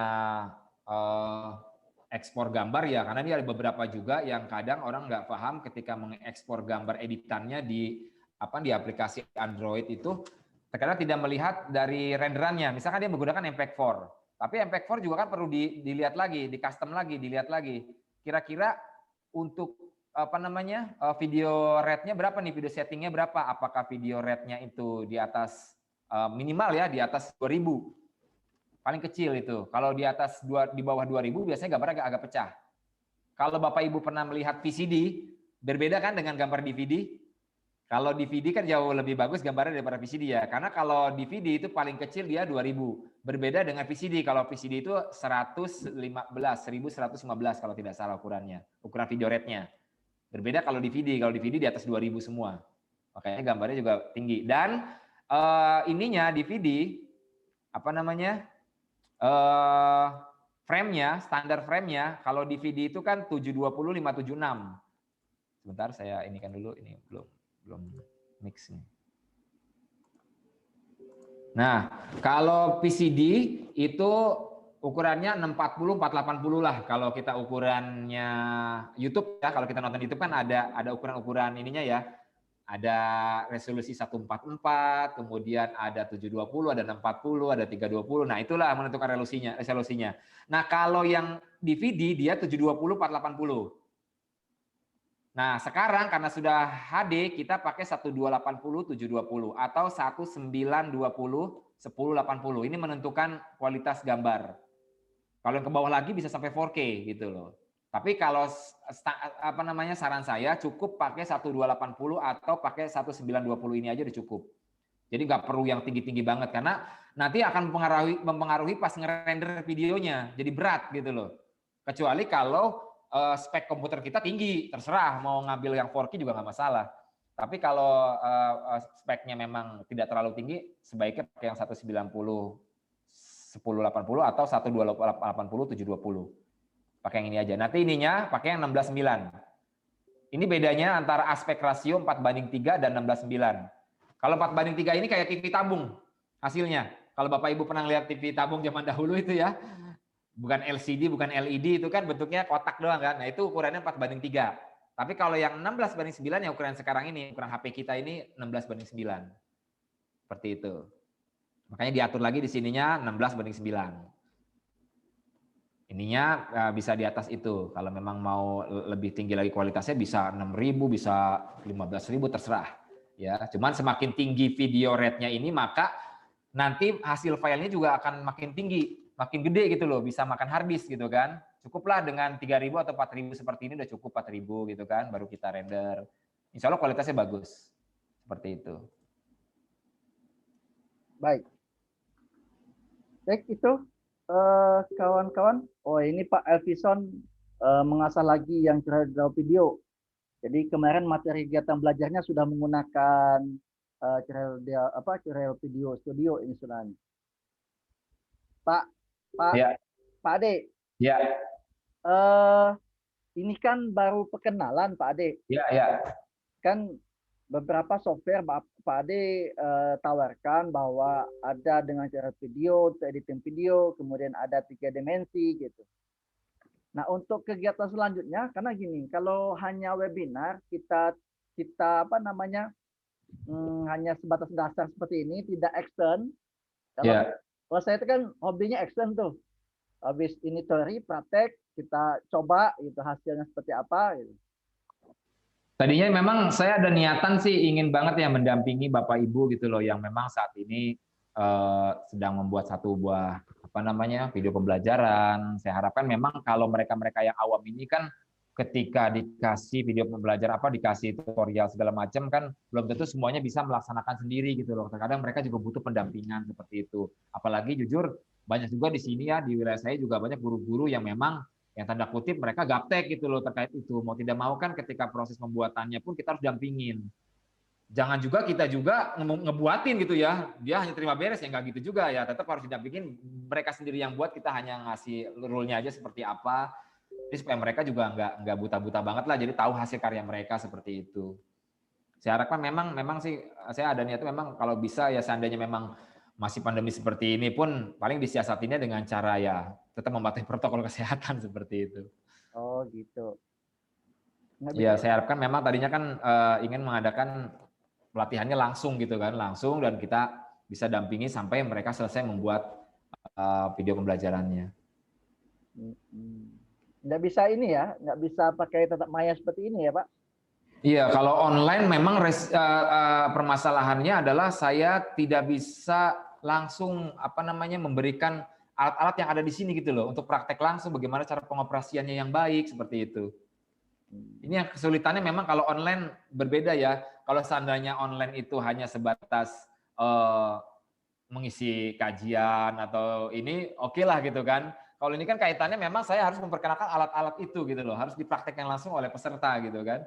Supaya nanti ketika selesai apa namanya training itu ya mereka udah bisa langsung running gitu. Tidak meraba-raba lagi gitu. Oke. Kecuali kalau memang yang saya latih ini adalah anak-anak yang atau guru-guru yang memang sudah sudah terbiasa membuat apa namanya program-program yang nantinya ditayangkan di YouTube bisa atau apa. Oke, saya tinggal melanjutkan aja gitu kan. Tapi kan ada beberapa peserta yang memang benar-benar dari nol gitu, yang benar-benar nggak tahu harus dimulai dari mana gitu. Oke, siap. Jadi mau tidak mau sih harus saya pisah nih antara peserta yang memang sudah menengah, yang memang basic gitu kan, yang memang udah profesional ya harus saya pisah di situ. Karena materinya nanti akan saya beda-bedakan. Jangan sampai peserta kita campur gitu kan, yang sudah profesional malah dimasukin ke dasar lagi, ke basic lagi, akhirnya dia malas untuk dengerin kan, karena memang dia udah bisa gitu. Oke, siap. Saya rasa nextnya kalaupun mau dibuatkan yang dasarnya yang memang orang-orang yang betul-betul belum paham multimedia gitu. Kalau memang mau via online. Tapi kalau yang sudah mulai bisa running, sebaiknya memang langsung ketemu. Itu aja sih sebetulnya saran dari saya sih seperti itu. Oke, siap. Terus ini Pak Rudi juga masih nanya, via HP kan bisa Pak? Apa harus peralatan yang standar? Gimana? Pak Rudi bilang via HP kan bisa Pak? Apa harus peralatan yang standar? Iya, peralatan standar juga nggak masalah. Jadi misalkan kita hanya memiliki HP gitu ya untuk apa namanya untuk produksinya. Ya udah dengan alat-alat yang tadi tergantung dari Bapak Ibu mau membuat programnya di mana. Kalau saran saya kalau memang Bapak Ibu keterbatasan terkait budgetnya gitu ya atau terkait dananya atau alatnya yang memang tidak lengkap, sebaiknya diambil produksi di waktu-waktu yang tidak menggunakan banyak peralatan tambahan. Misalkan di pagi hari, di siang hari, di sore hari gitu kan. Jadi kan tidak lagi memerlukan lighting, tidak lagi memerlukan alat-alat tambahan yang nantinya akan harus dibeli seperti itu. Cukup alat-alat wajibnya adalah berupa ponsel yang nanti akan dijadikan kamera. Terserah ponsel itu mau satu, mau dua gitu kan, tergantung kebutuhannya. Nanti tinggal disediakan tripodnya. Sedangkan untuk kamera yang berikutnya bisa digunakan tongsis dan lain sebagainya seperti itu. Itu yang menu wajibnya sih. Dan jangan lupa kalau bisa dibelikan mic ya, mic kabelnya yang nanti dihubungkan ke si pembawa acaranya atau si hostnya gitu loh. Jadi dihubungkan ke sana dengan dicolokkan dulu terlebih dahulu di sini, kemudian dioper ke sana. Atau kalau memang tidak ada kabel clip on-nya, ya bisa juga menggunakan HP yang kedua kalinya. Misalnya HP yang kedua itu difungsikan untuk mikrofon seperti itu bisa. Jadi seperti yang di gambar yang tadi sempat saya kasih contoh itu adalah di mana saya membuat satu tayangan itu seperti ini. Ini tangan saya ini lagi megang ponsel itu sebetulnya. Jadi waktu itu kan memang saya tidak ada clip on sehingga akhirnya saya menggunakan ponsel kedua untuk mic-nya. Jadi yang saya pegang ini adalah ponselnya. Jadi audio langsung ke situ. Cuman bedanya nanti pada saat proses editing antara software antara video dan audionya akan terpisah gitu. Mau tidak mau kita harus satukan. Gitu. Berbeda kalau kita langsung menggunakan clip on gitu kan, udah langsung masuk ke ponsel yang utama ini, yang untuk ngerekord ini. Seperti itu Bapak Ibu. Baik. Itu Bapak Ibu semua. Atau ada lagi pertanyaan? Nanti bisa juga bagi yang mungkin mau bertanya lupa, nanti bisa join di grupnya, bisa kita ngobrol-ngobrol di grup boleh gitu kan. Kita mau bikin agenda apa, monggo silahkan. Kalau bisa memang nanti dikelompokkan ya bagi teman-teman yang ingin fokus di apa dulu, nanti kita biar bisa fokus belajarnya gitu loh. Jadi kalau ini kan umum dulu nih, kita bicara yang umum dulu seperti apa sih multimedia. Nanti kalau seandainya sudah berjalan ya kita spesifik lagi mempelajarinya. Ini ada pertanyaan Ripa Rory, timeline yang bisa sampai berapa Pak? Timelinenya bisa sampai berapa? Berapa banyak? Kalau timeline di sini sih semua terbatas ya sekitar 20 kalau tidak salah sih sampai 20. Oh, timelinenya ya? Timelinenya kalau nggak salah sampai, iya 20 nih, sampai 20. Itu udah banyak itu kalau 20. Iya, sampai 20 ini. Ini saya coba share screen-nya lagi. Ada ya share screen-nya muncul nggak? Muncul ya? Muncul. Muncul. Nah, ini tuh sampai 20. Ini overlay track namanya ya. Oh. Nah, ini sampai 20. Yang terbatas itu biasanya di title. Title hanya 2. Tapi title ini bisa dimasukkan ke kolom overlay. Jadi enaknya gitu. Jadi walaupun title teks ini hanya 2, tapi nanti bisa dimasukkan ke overlay-nya punya video. Jadi misalkan saya mau buat teks di sini ya. Bentar, saya buatin teks di sini misalkan. Udah lambat nih. Apa gagal lemot? Berat. Nah, gini. Ini kan di kolomnya, di kolom teks ini kan. Nah, dia jatuhnya di sini. Nah, ini kan ada di kolom teks. Nah, ini bisa dipindahin ke atas. Di kolom overlay gitu loh. Jadi tenang aja walaupun teksnya hanya dibatasi 2, tapi ketika kita banyak teks yang mau ditampilkan ya pindahin aja ke overlay ini, ke overlay video bisa gitu. Tinggal dikasih transisinya nanti tinggal disesuaikan. Di sini juga ada beberapa transisi nanti bisa digunain. Transisi juga banyak di sini pilihannya. Sama seperti halnya umum yang lain lah gitu kan. Supaya editing yang lain sama. Kayak Pinnacle ya. Kalau musik tracknya hanya sampai 8. Jadi untuk pemberian background, ya di sini kan sound effect. Nah ini sama aja nih, mau ditaruh di atas gambar mic ini boleh, di gambar musik ini boleh, taruh di mana aja nggak masalah. Kalau untuk pemberian sound effect atau background-nya gitu. Dia Pak rendernya cepat nggak ini ya? Dia pakai Tergantung speknya kan, kembali lagi tergantung spek komputernya, kemudian berapa lama durasi videonya, kemudian berapa tinggi gitu kan resolusi yang mau kita capai. Misalkan kita mau sampai 4K ya berarti kan otomatis lebih lama lagi. Tapi cukuplah 1280 720 HD aja di HD gitu kan. Ya udah rendernya juga insya Allah lebih cepat gitu. Oke, ada pertanyaan Bu Novia. Ini Bu Novia ini seorang penyanyi yang berskala nasional nih. Dia nanya ini, kalau untuk pakai clip on supaya jangan berisik seperti apa ya? Supaya gimana? Pakai clip on? Ya, clip on itu kadang-kadang ada suara yang agak berisik juga masuk ke ini. Oh, jadi banyak yang tergantung memang ya ada harga ada rupa ya Pak. Tuh Bu Novia, ada harga ada rupa. Ada harga ada rupa. Oke. Jadi biasanya memang kalau standar memang clip on itu kan paling tidak ya yang ini aja saya yang harga 2 juta aja clip on ini aja itu masih ada suara-suara di luar tuh masih sempat masuk. Jadi nggak murni suara kita fokus lebih keras gitu ya. Jadi ada beberapa suara-suara yang lain masuk. Seperti ini kan saya menggunakan Saramonic gitu ya. Saramonic ini aja masih banyak kekurangannya gitu loh. Ini harganya sekitar 2 jutaan. Oh itu ya. Yang 2 jutaan aja ini dapat 2 gitu kan. Ini aja masih banyak kelemahannya gitu loh. Apalagi yang harga cuma 200.000 gitu kan. Oke. Ada harga ada rupa lah. Oke, itu Bu Novia pasti bisa. Ya, Oke, terus Bu Nur Hamdiah, dia bilang, berarti pelatihan selesai sampai di acara webinar ini kah? Atau ada lanjutannya nih, Pak? Ya, itu kembali lagi ke masing-masing wilayah, masing-masing daerah. Kalau saya biasanya memang saya nggak masalah untuk jauh itu kan selama ini kan saya terakhir kayak di Jawa Timur kan, saya diundang ke sana, diakomodasi ke sana, ya udah. Saya berapa hari tinggal diminta, saya kalau bisa seminggu ya Mas, oke saya siapkan waktu seminggu di sana, apa saja pelatihan. Jadi mereka yang mengatur semua, mau diberikan seperti apa. Materi pelatihannya mau apa, mereka yang meminta ya saya tinggal siapkan aja dari sini. Untuk peralatannya biasanya kami yang menyediakan semua gitu. Kalau memang dari pihak sana tidak ada alat gitu ya, maka untuk prakteknya dari kami.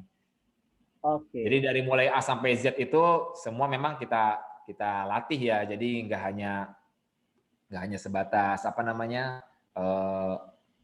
belajar kamera, terus bagaimana cara ininya ngeditnya. Tapi semualah kalau bisa teman-teman jadi paham gitu. Oh cara buatnya begini ya. Oh cara buat ini begini ya. Jadi semua tahu cara membuat naskah bahkan sampai menjadi voice over juga itu semua saya latih. Oke. Termasuk bagaimana bisa live, seperti halnya nih tampilan Bapak Ibu kan, saya live dengan menggunakan aplikasi apa nih sampai seperti ini kan, mungkin apa namanya orang tanya-tanya, saya menggunakan aplikasi Vmix namanya. Vmix Jadi ya. semua udah saya atur di sini, jadi udah tinggal running, jadi bisa tampil di Zoom seperti itu.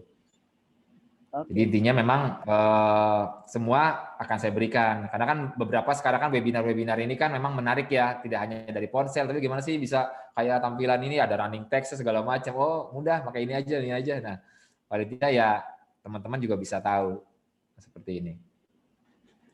Tampil ya Vmix-nya ya. Ya, Vmix ya. Nah ini kan udah saya siapin running text-nya seperti ini yang memang selalu loop dia.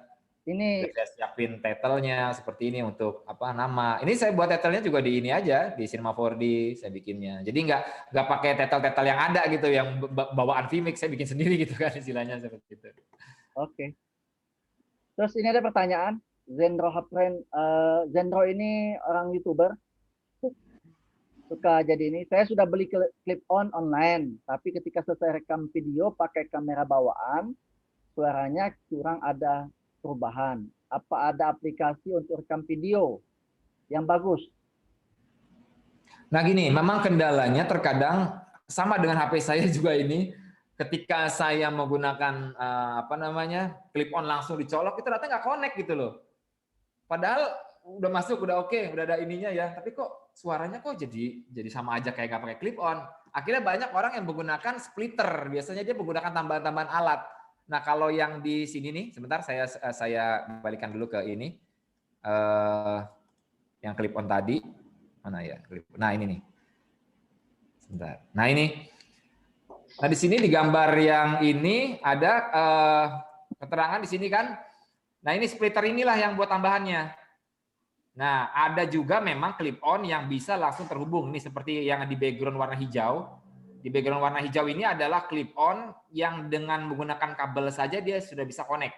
Tapi ada beberapa clip on yang tanda kutip clip on yang agak murah, dia harus ada tambahan splitter. Nah, ini di kolom yang warna kuning ini. Dia harus ditambahin splitter. Bisa splitter yang sebelah kanan, bisa sebelah kiri ya, ada harga ada rupa lah gitu. Nah, baru dia bisa terkoneksi di ini, di HP gitu. Oke. Nah, alatnya seperti inilah kecilnya kayak apa? Kayak jepretan burung lah, dia kecil seperti ini. Nanti ini kan tinggal dicolokin ke ponselnya. Nah, seperti itu, tanam gitu kayak gini. Baru dicolokin untuk audionya, ini untuk headsetnya gitu kan. Jadi ada dua. Oke. Oh, splitter. Nah, kalau memang tidak terkoneksi biasanya kendalanya karena itu. Dia harus dibantu dengan bantuan splitter. Makanya kalau bisa cari clip on, walaupun clip on kabel, cari yang memang sudah bisa apa namanya? Bisa terdeteksi langsung di HP tanpa bantuan splitter. Ada juga yang seperti itu di online. Kalau nggak salah saya pernah lihat di Topet itu ada yang langsung terhubung dengan handphone. Oke. Ada lagi pertanyaan?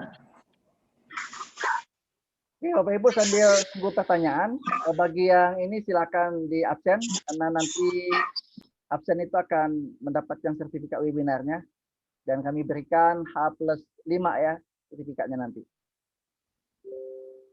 Oke. Kok minta diulang nih? Apa tuh? Oh bukan, ini link presensi, sorry. Ya. Pakai dubbing. Masih malu-malu mungkin, atau masih bingung kali mau nanya apa? Ini kawan-kawan kita ini kawan-kawan pembatik ini, pembelajaran basis TIK ini Pak Ade. Iya, kemarin saya sempat bingung, pembatik apa ya? Oh, mungkin bikin video tutorial cara membuat batik kali ya, saya bilang.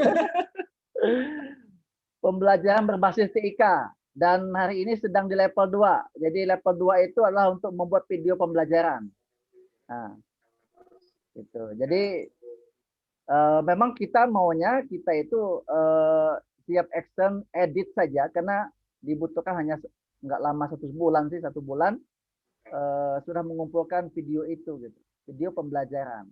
Jadi mulai dari buat skenario-nya sampai ke shoot-nya, sampai ke editnya, sampai ke publish.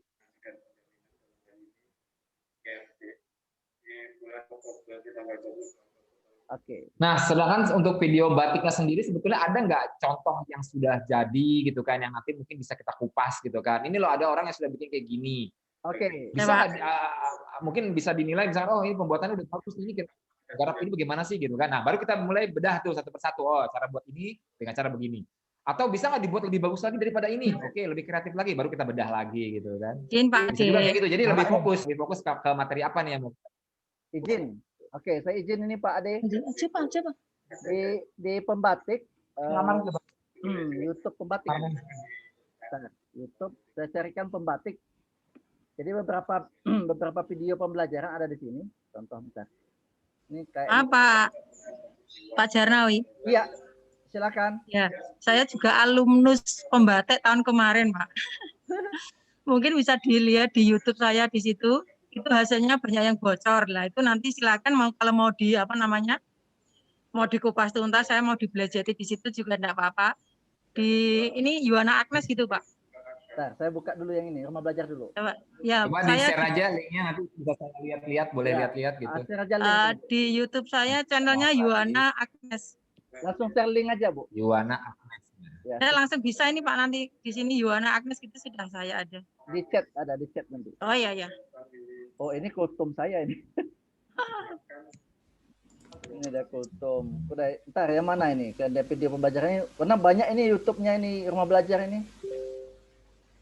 Ini udah. Itu punya saya, Yuwana, sudah di chat. Di chat ya?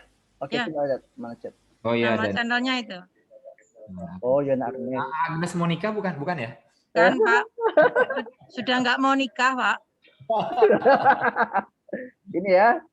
Iya. Oke, coba saya lihat. Yang atas kayaknya.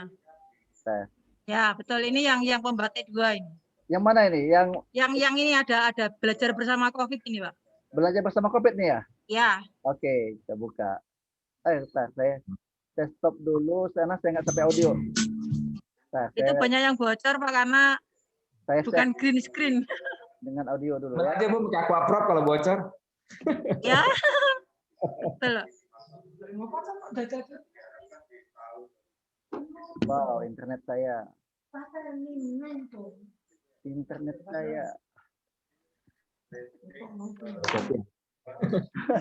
Malah lama internet saya ini. Ada. Sabar Pak.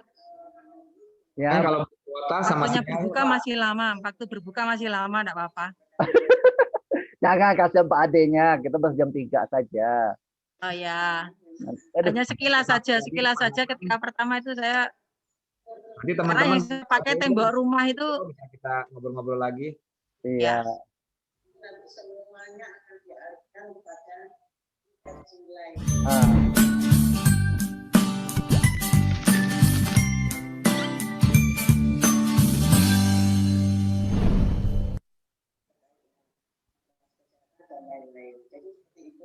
Selamat berjumpa sahabat rumah belajar di seluruh Indonesia. Saya Yuwana, guru pendidikan agama Katolik di SMP Negeri 12 Kota Madiun dan juga di SMP Negeri 6 Kota Madiun dan SMP Negeri 10 Kota Madiun, yang sampai saat ini sangat merasakan efek dari pandemi COVID-19 dalam proses pembelajaran. Dulu sebelum virus corona melanda negara kita, kegiatan pembelajaran begitu menyenangkan. siswa-siswi begitu antusias dan interaktif. Juga kebersamaan dan kegembiraan bersama rekan-rekan guru dalam relasi dengan siswa-siswi sangat harmonis. Setiap pagi kami menyambut para siswa yang datang ke sekolah dengan memberi senyum dan salam. Hal ini menjadi budaya positif yang dapat digunakan untuk siswa-siswi kita di masa mendatang. Oke. Maka pembelajaran secara online menjadi satu-satunya solusi dalam pembelajaran dalam masa pandemi ini. Ini dilakukan karena sesuai dengan anjuran pemerintah. Oke, Pak Ade. Agar kita tetap tinggal di rumah. Banyak yang bocor ya, Pak? Audionya udah oke lah. Nah. Itu audionya enggak pakai apa-apa, Pak. Itu lawaran, enggak pakai mic, enggak pakai apa. Memang malam hari, jadi enggak ada suara yang masuk. Tidak bising ya, suasananya juga tidak bising. Ya, hanya lighting-nya itu enggak, karena yang itu saya tidak pakai lampu yang di atas, jadi enggak ada lampu solar, jadi banyak yang bocor. Jadi intinya gini Bapak Ibu sekalian, kalau untuk menggunakan green screen atau blue screen itu memang alangkah baiknya antara jarak dari background ke objek dengan background itu kurang lebih 1 meter. Jadi jangan terlalu dekat. Nanti akan timbul bayangan. Jadi ada betul, Pak. Iya. Iya. Itu mirip dengan yang tadi Pak Sinema mirip yang Corel Studio tadi. Punya saya tuh saya pakai Movavi, Pak itu. Oh iya. Itu Ibu pakai itu tahun yang lalu itu ya, pembatik tahun lalu ya? Saya pembatik tahun kemarin, Pak. Kita sampai di RB, Pak. Saya di bawah Pak Jarnawi. Saya cukup level 3 saja. Ya sampai level berikutnya karena emang ya seadanya. Sampai level 3 sudah lulus level 3. Ya. Jadi ya pakai Movavi. Saya pakai Movavi yang kayaknya mirip dengan yang Corel Studio tadi dulu. Saya tertarik dengan yang itu, mungkin bisa untuk tambahan saya nanti bagaimana caranya tutorial untuk downloadnya Pak, sama install. Oke. Makasih Pak. Sama-sama. Oke. Ini ya kalau Pak Elvison kita itu macam-macam ya. Saya juga di awal shooting untuk direkam di depan kamera itu memang tidak pede, tapi sekali lagi mungkin Pak Ade kebiasaan depan kamera gitu ya. Shooting sampai cutnya berapa kali, udah nggak hitung lagi berkali-kalinya gitu. Ada orang yang memang betul-betul pede di depan kamera gitu, tapi dalam hal editing dia agak kurang. Jadi kita itu punya sisi lebih dan sisi kurangnya. Ada yang lebih di teknologinya, editingnya, ada yang pede di depan kamera. Kalau dua-duanya oke, itu udah masuk televisi nasional itu. Iya betul. Oke, ada lagi pertanyaan? Silakan Bapak Ibu yang belum absen sambil di absen. Saya mana nih saya? Saya Ibu Yunita mau bertanya. Oh, silakan Bu Yunita. Ya, silakan. Kemarin terima kasih atas waktu dan kesempatannya. Saya mau bertanya, proses pembelajaran ini kemarin kami di sekolah kami sudah mulai. Yaitu di SMP Negeri 2 di Papua, di Agats Asmat. Jauh. Nah, silakan. Ya, jadi saya mau bertanya gini, kemarin kan kami tuh sudah membuat video proses pembelajaran melalui KineMaster ini. Nah, yang saya belum paham itu kan latar belakangnya tuh kan pakai kain berwarna-warni. Nah, bagaimana untuk menghilangkan kayak misalnya gambar bergerak di belakang kita itu caranya menghilangkannya itu bagaimana? Silakan Pak Ade. Jadi gini, kalau yang sudah terlanjur kita merekam ada gambar gitu ya, di belakangnya misalkan ada gambar yang tidak kita inginkan gitu ya muncul. Kalau seandainya produksinya itu dengan menggunakan tripod dan dia tidak bergerak kameranya, itu bisa diedit, dihapus gitu ya, diinikan. Misalkan tadinya ada pohon di situ, di mana pohon itu mau dihilangkan. Atau nih di belakang di saya misalkan ada gambar kamera ini mau dihapus saja, bisa diedit, mungkin dibuang gitu kan, dihilangkan bisa. Tapi kalau kameranya moving atau bergerak, nah ini yang sulit gitu loh untuk dibuang gambar itu. Oh begitu ya, masalahnya kemarin saya buat itu susah sekali untuk menghilangkan yang gambar bergerak di belakang itu. Kalau kameranya statis itu bisa dihilangkan, tapi kalau kameranya tidak menggunakan tripod itu agak sulit, memang butuh waktu. Jadi memang harus scene by scene nanti potongnya. Iya Jadi sih. ibaratnya begini Bu ya, saya kasih contoh. Iya. Misalkan di sini ada pedang ya. Pedang ini keluar sinar gitu kan. Tapi ketika kita mau menggerakkan pedangnya ke sini, otomatis kan sinar yang tadinya nempel di sini kan harus ngikutin. Harus ngikuti pergerakan pedang kan, otomatis berarti kan frame by frame. Bergerak ke sini, pindahin sinarnya, bergerak ke sini, pindahin sinarnya, terus sampai pergerakannya selesai. Sama, objek yang kamera yang memang tidak pakai tripod juga begitu. Jadi ketika, objeknya di sini nih, tiba-tiba dia pindah ke sini karena kameranya ikut bergerak ya, berarti menghilangkannya juga frame by frame. Satu frame, potong, itu butuh waktu lama akhirnya. Makanya saya sarankan memang kalau untuk video pembelajaran sebaiknya pakai tripod. Jadi nanti kalau ada gambar-gambar yang tidak diinginkan di belakang muncul, itu bisa kita hilangkan, bisa kita hapus gitu. Okay. Nanti ada triknya. Nanti kalau ada pertemuan lagi, mudah-mudahan Bapak Ibu sehat semua, kita bisa bikin pertemuan lagi yang spesifik. Kita membuat sebuah efek-efek yang tidak biasa. Yang istilahnya bisa sekelas Hollywood lah gitu kan. Yang bisa buat CGI. Mungkin selama ini Bapak Ibu belum paham tentang apa sih itu CGI gitu kan.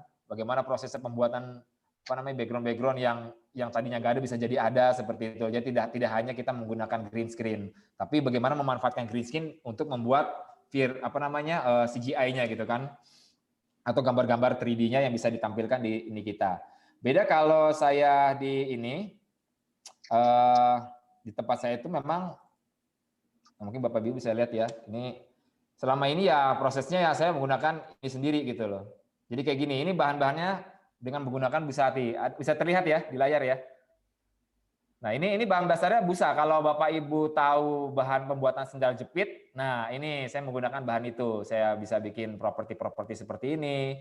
Ini kan ketika kita membuat sebuah properti yang memang dibutuhkan dan tidak bisa membelikan properti aslinya yang begitu mahal, akhirnya saya siasatin dengan menggunakan properti buatan yang dibuat dari busa. Jadi ini semua tidak asli, semua bahan daur ulang semua. Kayak ini kan membuat pot bunga dengan bahan-bahan bekas, membuat kostum-kostum robot seperti ini. Yang memang kalau kita beli jadi juga udah berapa gitu. Jadi banyak peserta akhirnya tertarik, bisa ya bikin kostum-kostum gitu bisa. Ini kan kostum-kostum perang kemarin anak-anak acara perpisahan. Bikin kubah masjid segala macam, bikin planet-planet dengan menggunakan busa. Yang kalau kita pesan ke orang bisa puluhan juta gitu kan. Begitu, tapi bagaimana caranya kita bisa membuat satu buah karya gitu ya, nanti bisa kita tampilkan di panggung sebagai daya tarik anak-anak ya. Kadang-kadang kan anak-anak juga butuh properti gitu loh untuk dimainkan. Apalagi kalau kita mengadakan storytelling kayak gini kan. Ini kan acara Airusana tentang kisah kenabian. Mau tidak mau saya harus buat properti semua secara real. Jadi anak-anak bermain di situ seperti aslinya gitu. Tidak menggunakan green screen gitu kan, tapi real set yang kita mainkan seperti itu. Kita buat kostum sendiri. Ini mau tidak mau kalau guru-guru kreatif yang bisa belajar mempelajari pembuatan properti ini, minimal bisa meminimalisir budget ya kan dari sekolahnya yang harusnya dikeluarkan mungkin banyak, akhirnya karena tim gurunya kreatif dia bisa gitu kan, bisa menghemat dana. Ini yang saya lakukan selama ini. Jadi teman-teman bisa hanya dengan menggunakan busa hati tapi bisa dibentuk macam-macam. Bisa bikin badut-badut seperti ini gitu kan. Tinggal kreativitasnya yang perlu dikembangkan. Seperti itu kurang lebih. Oke. Siap. Jadi banyak hal gitu yang bisa kita pelajari, banyak hal lah gitu yang bisa kita bicarakan, dan memang kebetulan semua lini sudah saya pelajari semua, walaupun memang orang-orang multi talent seperti saya ini tidak bisa menguasai ilmunya secara penuh ya. Tapi paling tidak saya udah tahu lah dasar-dasarnya, bagaimana cara buat ini, ini tuh begini. Tapi kalau lebih tinggi lagi memang saya keterbatasan ilmu juga ya. Karena memang sesuatu hal itu harus difokuskan. Kalau memang mau jadi kameramen, ya jadi kameramen, udah fokus di kamera gitu loh. Dia matang di situ. Editor ya editor. Tapi orang-orang seperti saya ini, ya memang harus mempelajari semuanya. Karena kalau saya tidak pelajari semuanya, kalau ada pertanyaan-pertanyaan kayak tadi, kan saya bingung jawabnya gitu loh. Walaupun memang tidak semua pertanyaan bisa saya jawab. Karena ada beberapa ilmu yang memang saya juga belum paham. Tapi paling tidak dengan sedikit ilmu ini, mudah-mudahan sih Bapak Ibu bisa berbagilah dengan saya juga. Saya pun begitu, bisa mengisi apa yang saya punya, kita bisa saling sharing di sini. Walaupun mungkin saat ini jarak kita mungkin sangat jauh sekali, Tapi mungkin sementara bisa kita manfaatkan webinar ini dengan melalui Zoom. Tinggal tergantung pembahasannya Bapak Ibu mau apa gitu kan, mau dibahas, fokusinnya apa, kita bisa bahas gitu. Baik, baik. Link rekaman bisa dikirim Pak Jarno. Ada, nanti kami share. Terima kasih, ya, Pak. teman. Ya. Terima kasih. Baik, baik Pak Ade, waktu kita sudah 14.55. Ya. Jadi banyak sekali ya keahlian Pak Ade Cecep Komarudin ini. Sampai kita ya bilang mantap, kreatif banget, keren banget, ya, sangat menginspirasi. Mudah-mudahan bisa menjadi amal kebaikan. Iya. Wah, ini keren, wow. Pokoknya sumpah keren banget, sangat kreatif gitu ya. Jadi apa yang Pak Ade Cecep Komarudin sampaikan hari ini, jadi beberapa kesimpulan yang kita ambil, jadi gunakan kalau misalkan video studio tadi, kemudian sinema 4D tadi. Jadi apa yang kita dapatkan hari ini tidak hanya berteori, lakukan saja, kita praktekkan, mungkin tutorialnya ada di YouTube. Nanti kalau kita ingin lebih dalam lagi, jadi kita bisa undang khusus, jadi spesial. Jadi misalkan kita mau bikin, oke, jangan banyak seperti ini, kita mau belajar tentang editing video menggunakan Premiere Video Studio 10 misalkan, kita khusus itu kita bahas itu. Dengan artinya Bapak Ibu sudah menginstal, kemudian laptopnya memungkinkan untuk menjalankannya. Ya setidaknya tadi ada RAM 4 GB, kemudian Core i5 prosesornya, itu bisa kita lakukan.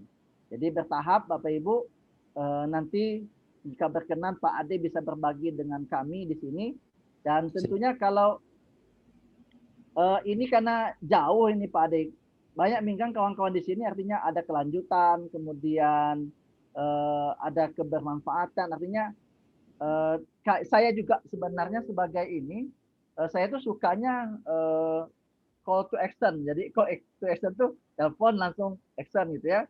Kalau saya tuh suka yang seperti itu, jadi langsung praktek, dan bila perlu ada bimbingan pakai classroom nanti Pak Ade. Jadi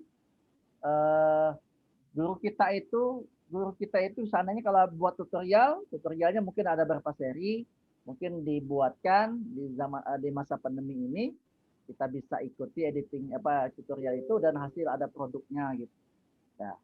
Dan itu kalau memungkinkan gini, artinya di tempat kami di wilayah Bengkulu ada memang webinar yang gratis, ada yang memang pelatihannya berbayar Pak Ade. Jadi nanti bisa komunikasi lanjut Pak Ade kalau seandainya ilmu yang bermanfaat ini artinya tidak bisa dibagi gratis, nanti mungkin kita bisa lebih lanjut seperti apa prosesnya, sehingga kami sebagai di IGI wilayah Bengkulu, kemudian ini tadi banyak ketua-ketua daerah IGI kabupaten kota di Provinsi Bengkulu bergabung di tadi, dan kawan-kawan kita sangat artinya bermanfaat ilmu yang Pak Ade sampaikan tadi. Jadi tidak sebatas ini Pak Ade, nanti ada tindak lanjutnya yang bisa kami lakukan gitu ya, dan bisa Pak Ade bisa bersedia. Baik. Itu silakan Pak Ade kalau ada closing statement di kegiatan kita ini sebelum kita akhiri. Ya, intinya Bapak Ibu yang saya cintai dimanapun berada, terima kasih sudah memberikan kesempatan dan kepercayaannya. Mungkin di awal tidak tahu siapa saya, karena saya juga memang perlu paling tidak diperkenalkan lah, makanya saya buatkan, yuk kita sama-sama saling kenal, membuat sebuah channel di Telegram ini. Saya berharap ke depannya ketika sudah saling mengenal kan sudah tahu ya seperti apa. Nah tadi idenya juga memang next, kalau memang kita mau fokus ngebahas satu permasalahan yang nanti akan kita kupas, sebaiknya memang kita fokus dulu apa yang mau kita pelajari. Nanti tinggal dikelompokkan. Ada yang tertarik animasi, ya monggo nanti dibuatkan kelasnya sendiri. Ada yang tertarik editing sendiri, properti sendiri, dan sebagainya. Nah, terkait masalah nanti seperti apa ininya, rule-nya, ada yang mungkin mau tatap muka atau mau lewat Zoom juga monggo, saya persilahkan dengan senang hati saya akan melayani. Nanti tinggal tergantung kebutuhan Bapak Ibu sekalian, seperti itu. Yang penting satu, kalau memang mau fokus di editing memang harus benar-benar ini ya, tekun gitu loh, nggak bisa sehari 2 hari belajarnya gitu kan, ya, karena memang butuh waktu yang lama juga gitu loh. Baik Bapak Ibu, terima kasih Pak Ade sudah berkenan berbagi dengan kami semua. Baik, walaupun kami sebagai pelaksana di Bengkulu, ini kawan-kawan dari berbagai Nusantara sampai ke Papua hadir. Sebab itu sebelum kita tutup kegiatan kita ini, Mohon Bapak Ibu di open videonya, kita foto bersama dulu. Foto tuh, Ya. bersama. Oke.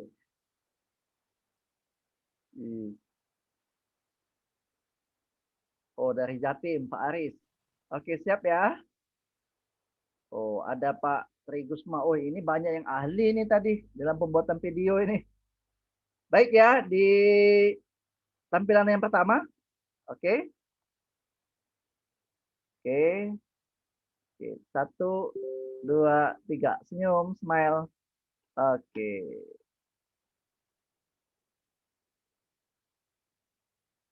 Oke. Terus slide kedua, tampilan kedua. Oke, nanti sambil ini slide kedua, Bu Novia Ayuristari. Oh, kacamatanya, Bu. Ada yang dalam mobil nih, Pak Rozi Petrianto. Oke, 1, 2. Oke, ulangi 1, 2, 3. Oke, Bu Mega Sari.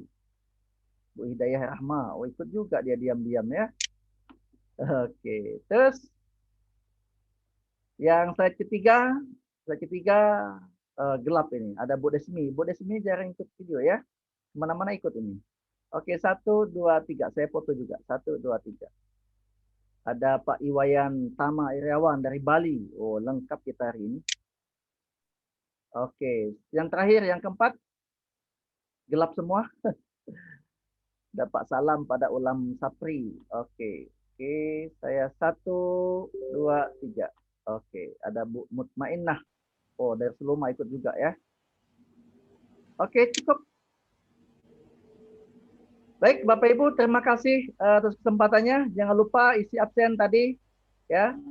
Dan kami akhiri kegiatan kita hari ini. Terima kasih Pak Ade sekali lagi. Terima kasih kawan-kawan semua yang sudah meluangkan waktu dari ujung Sumatera sampai ke ujung Papua ya. Dan kita akhiri kegiatan kita ini dengan sama-sama mengucapkan hamdalah. Alhamdulillahirrahmanirrahim. Assalamualaikum warahmatullahi wabarakatuh. Waalaikumsalam warahmatullahi wabarakatuh.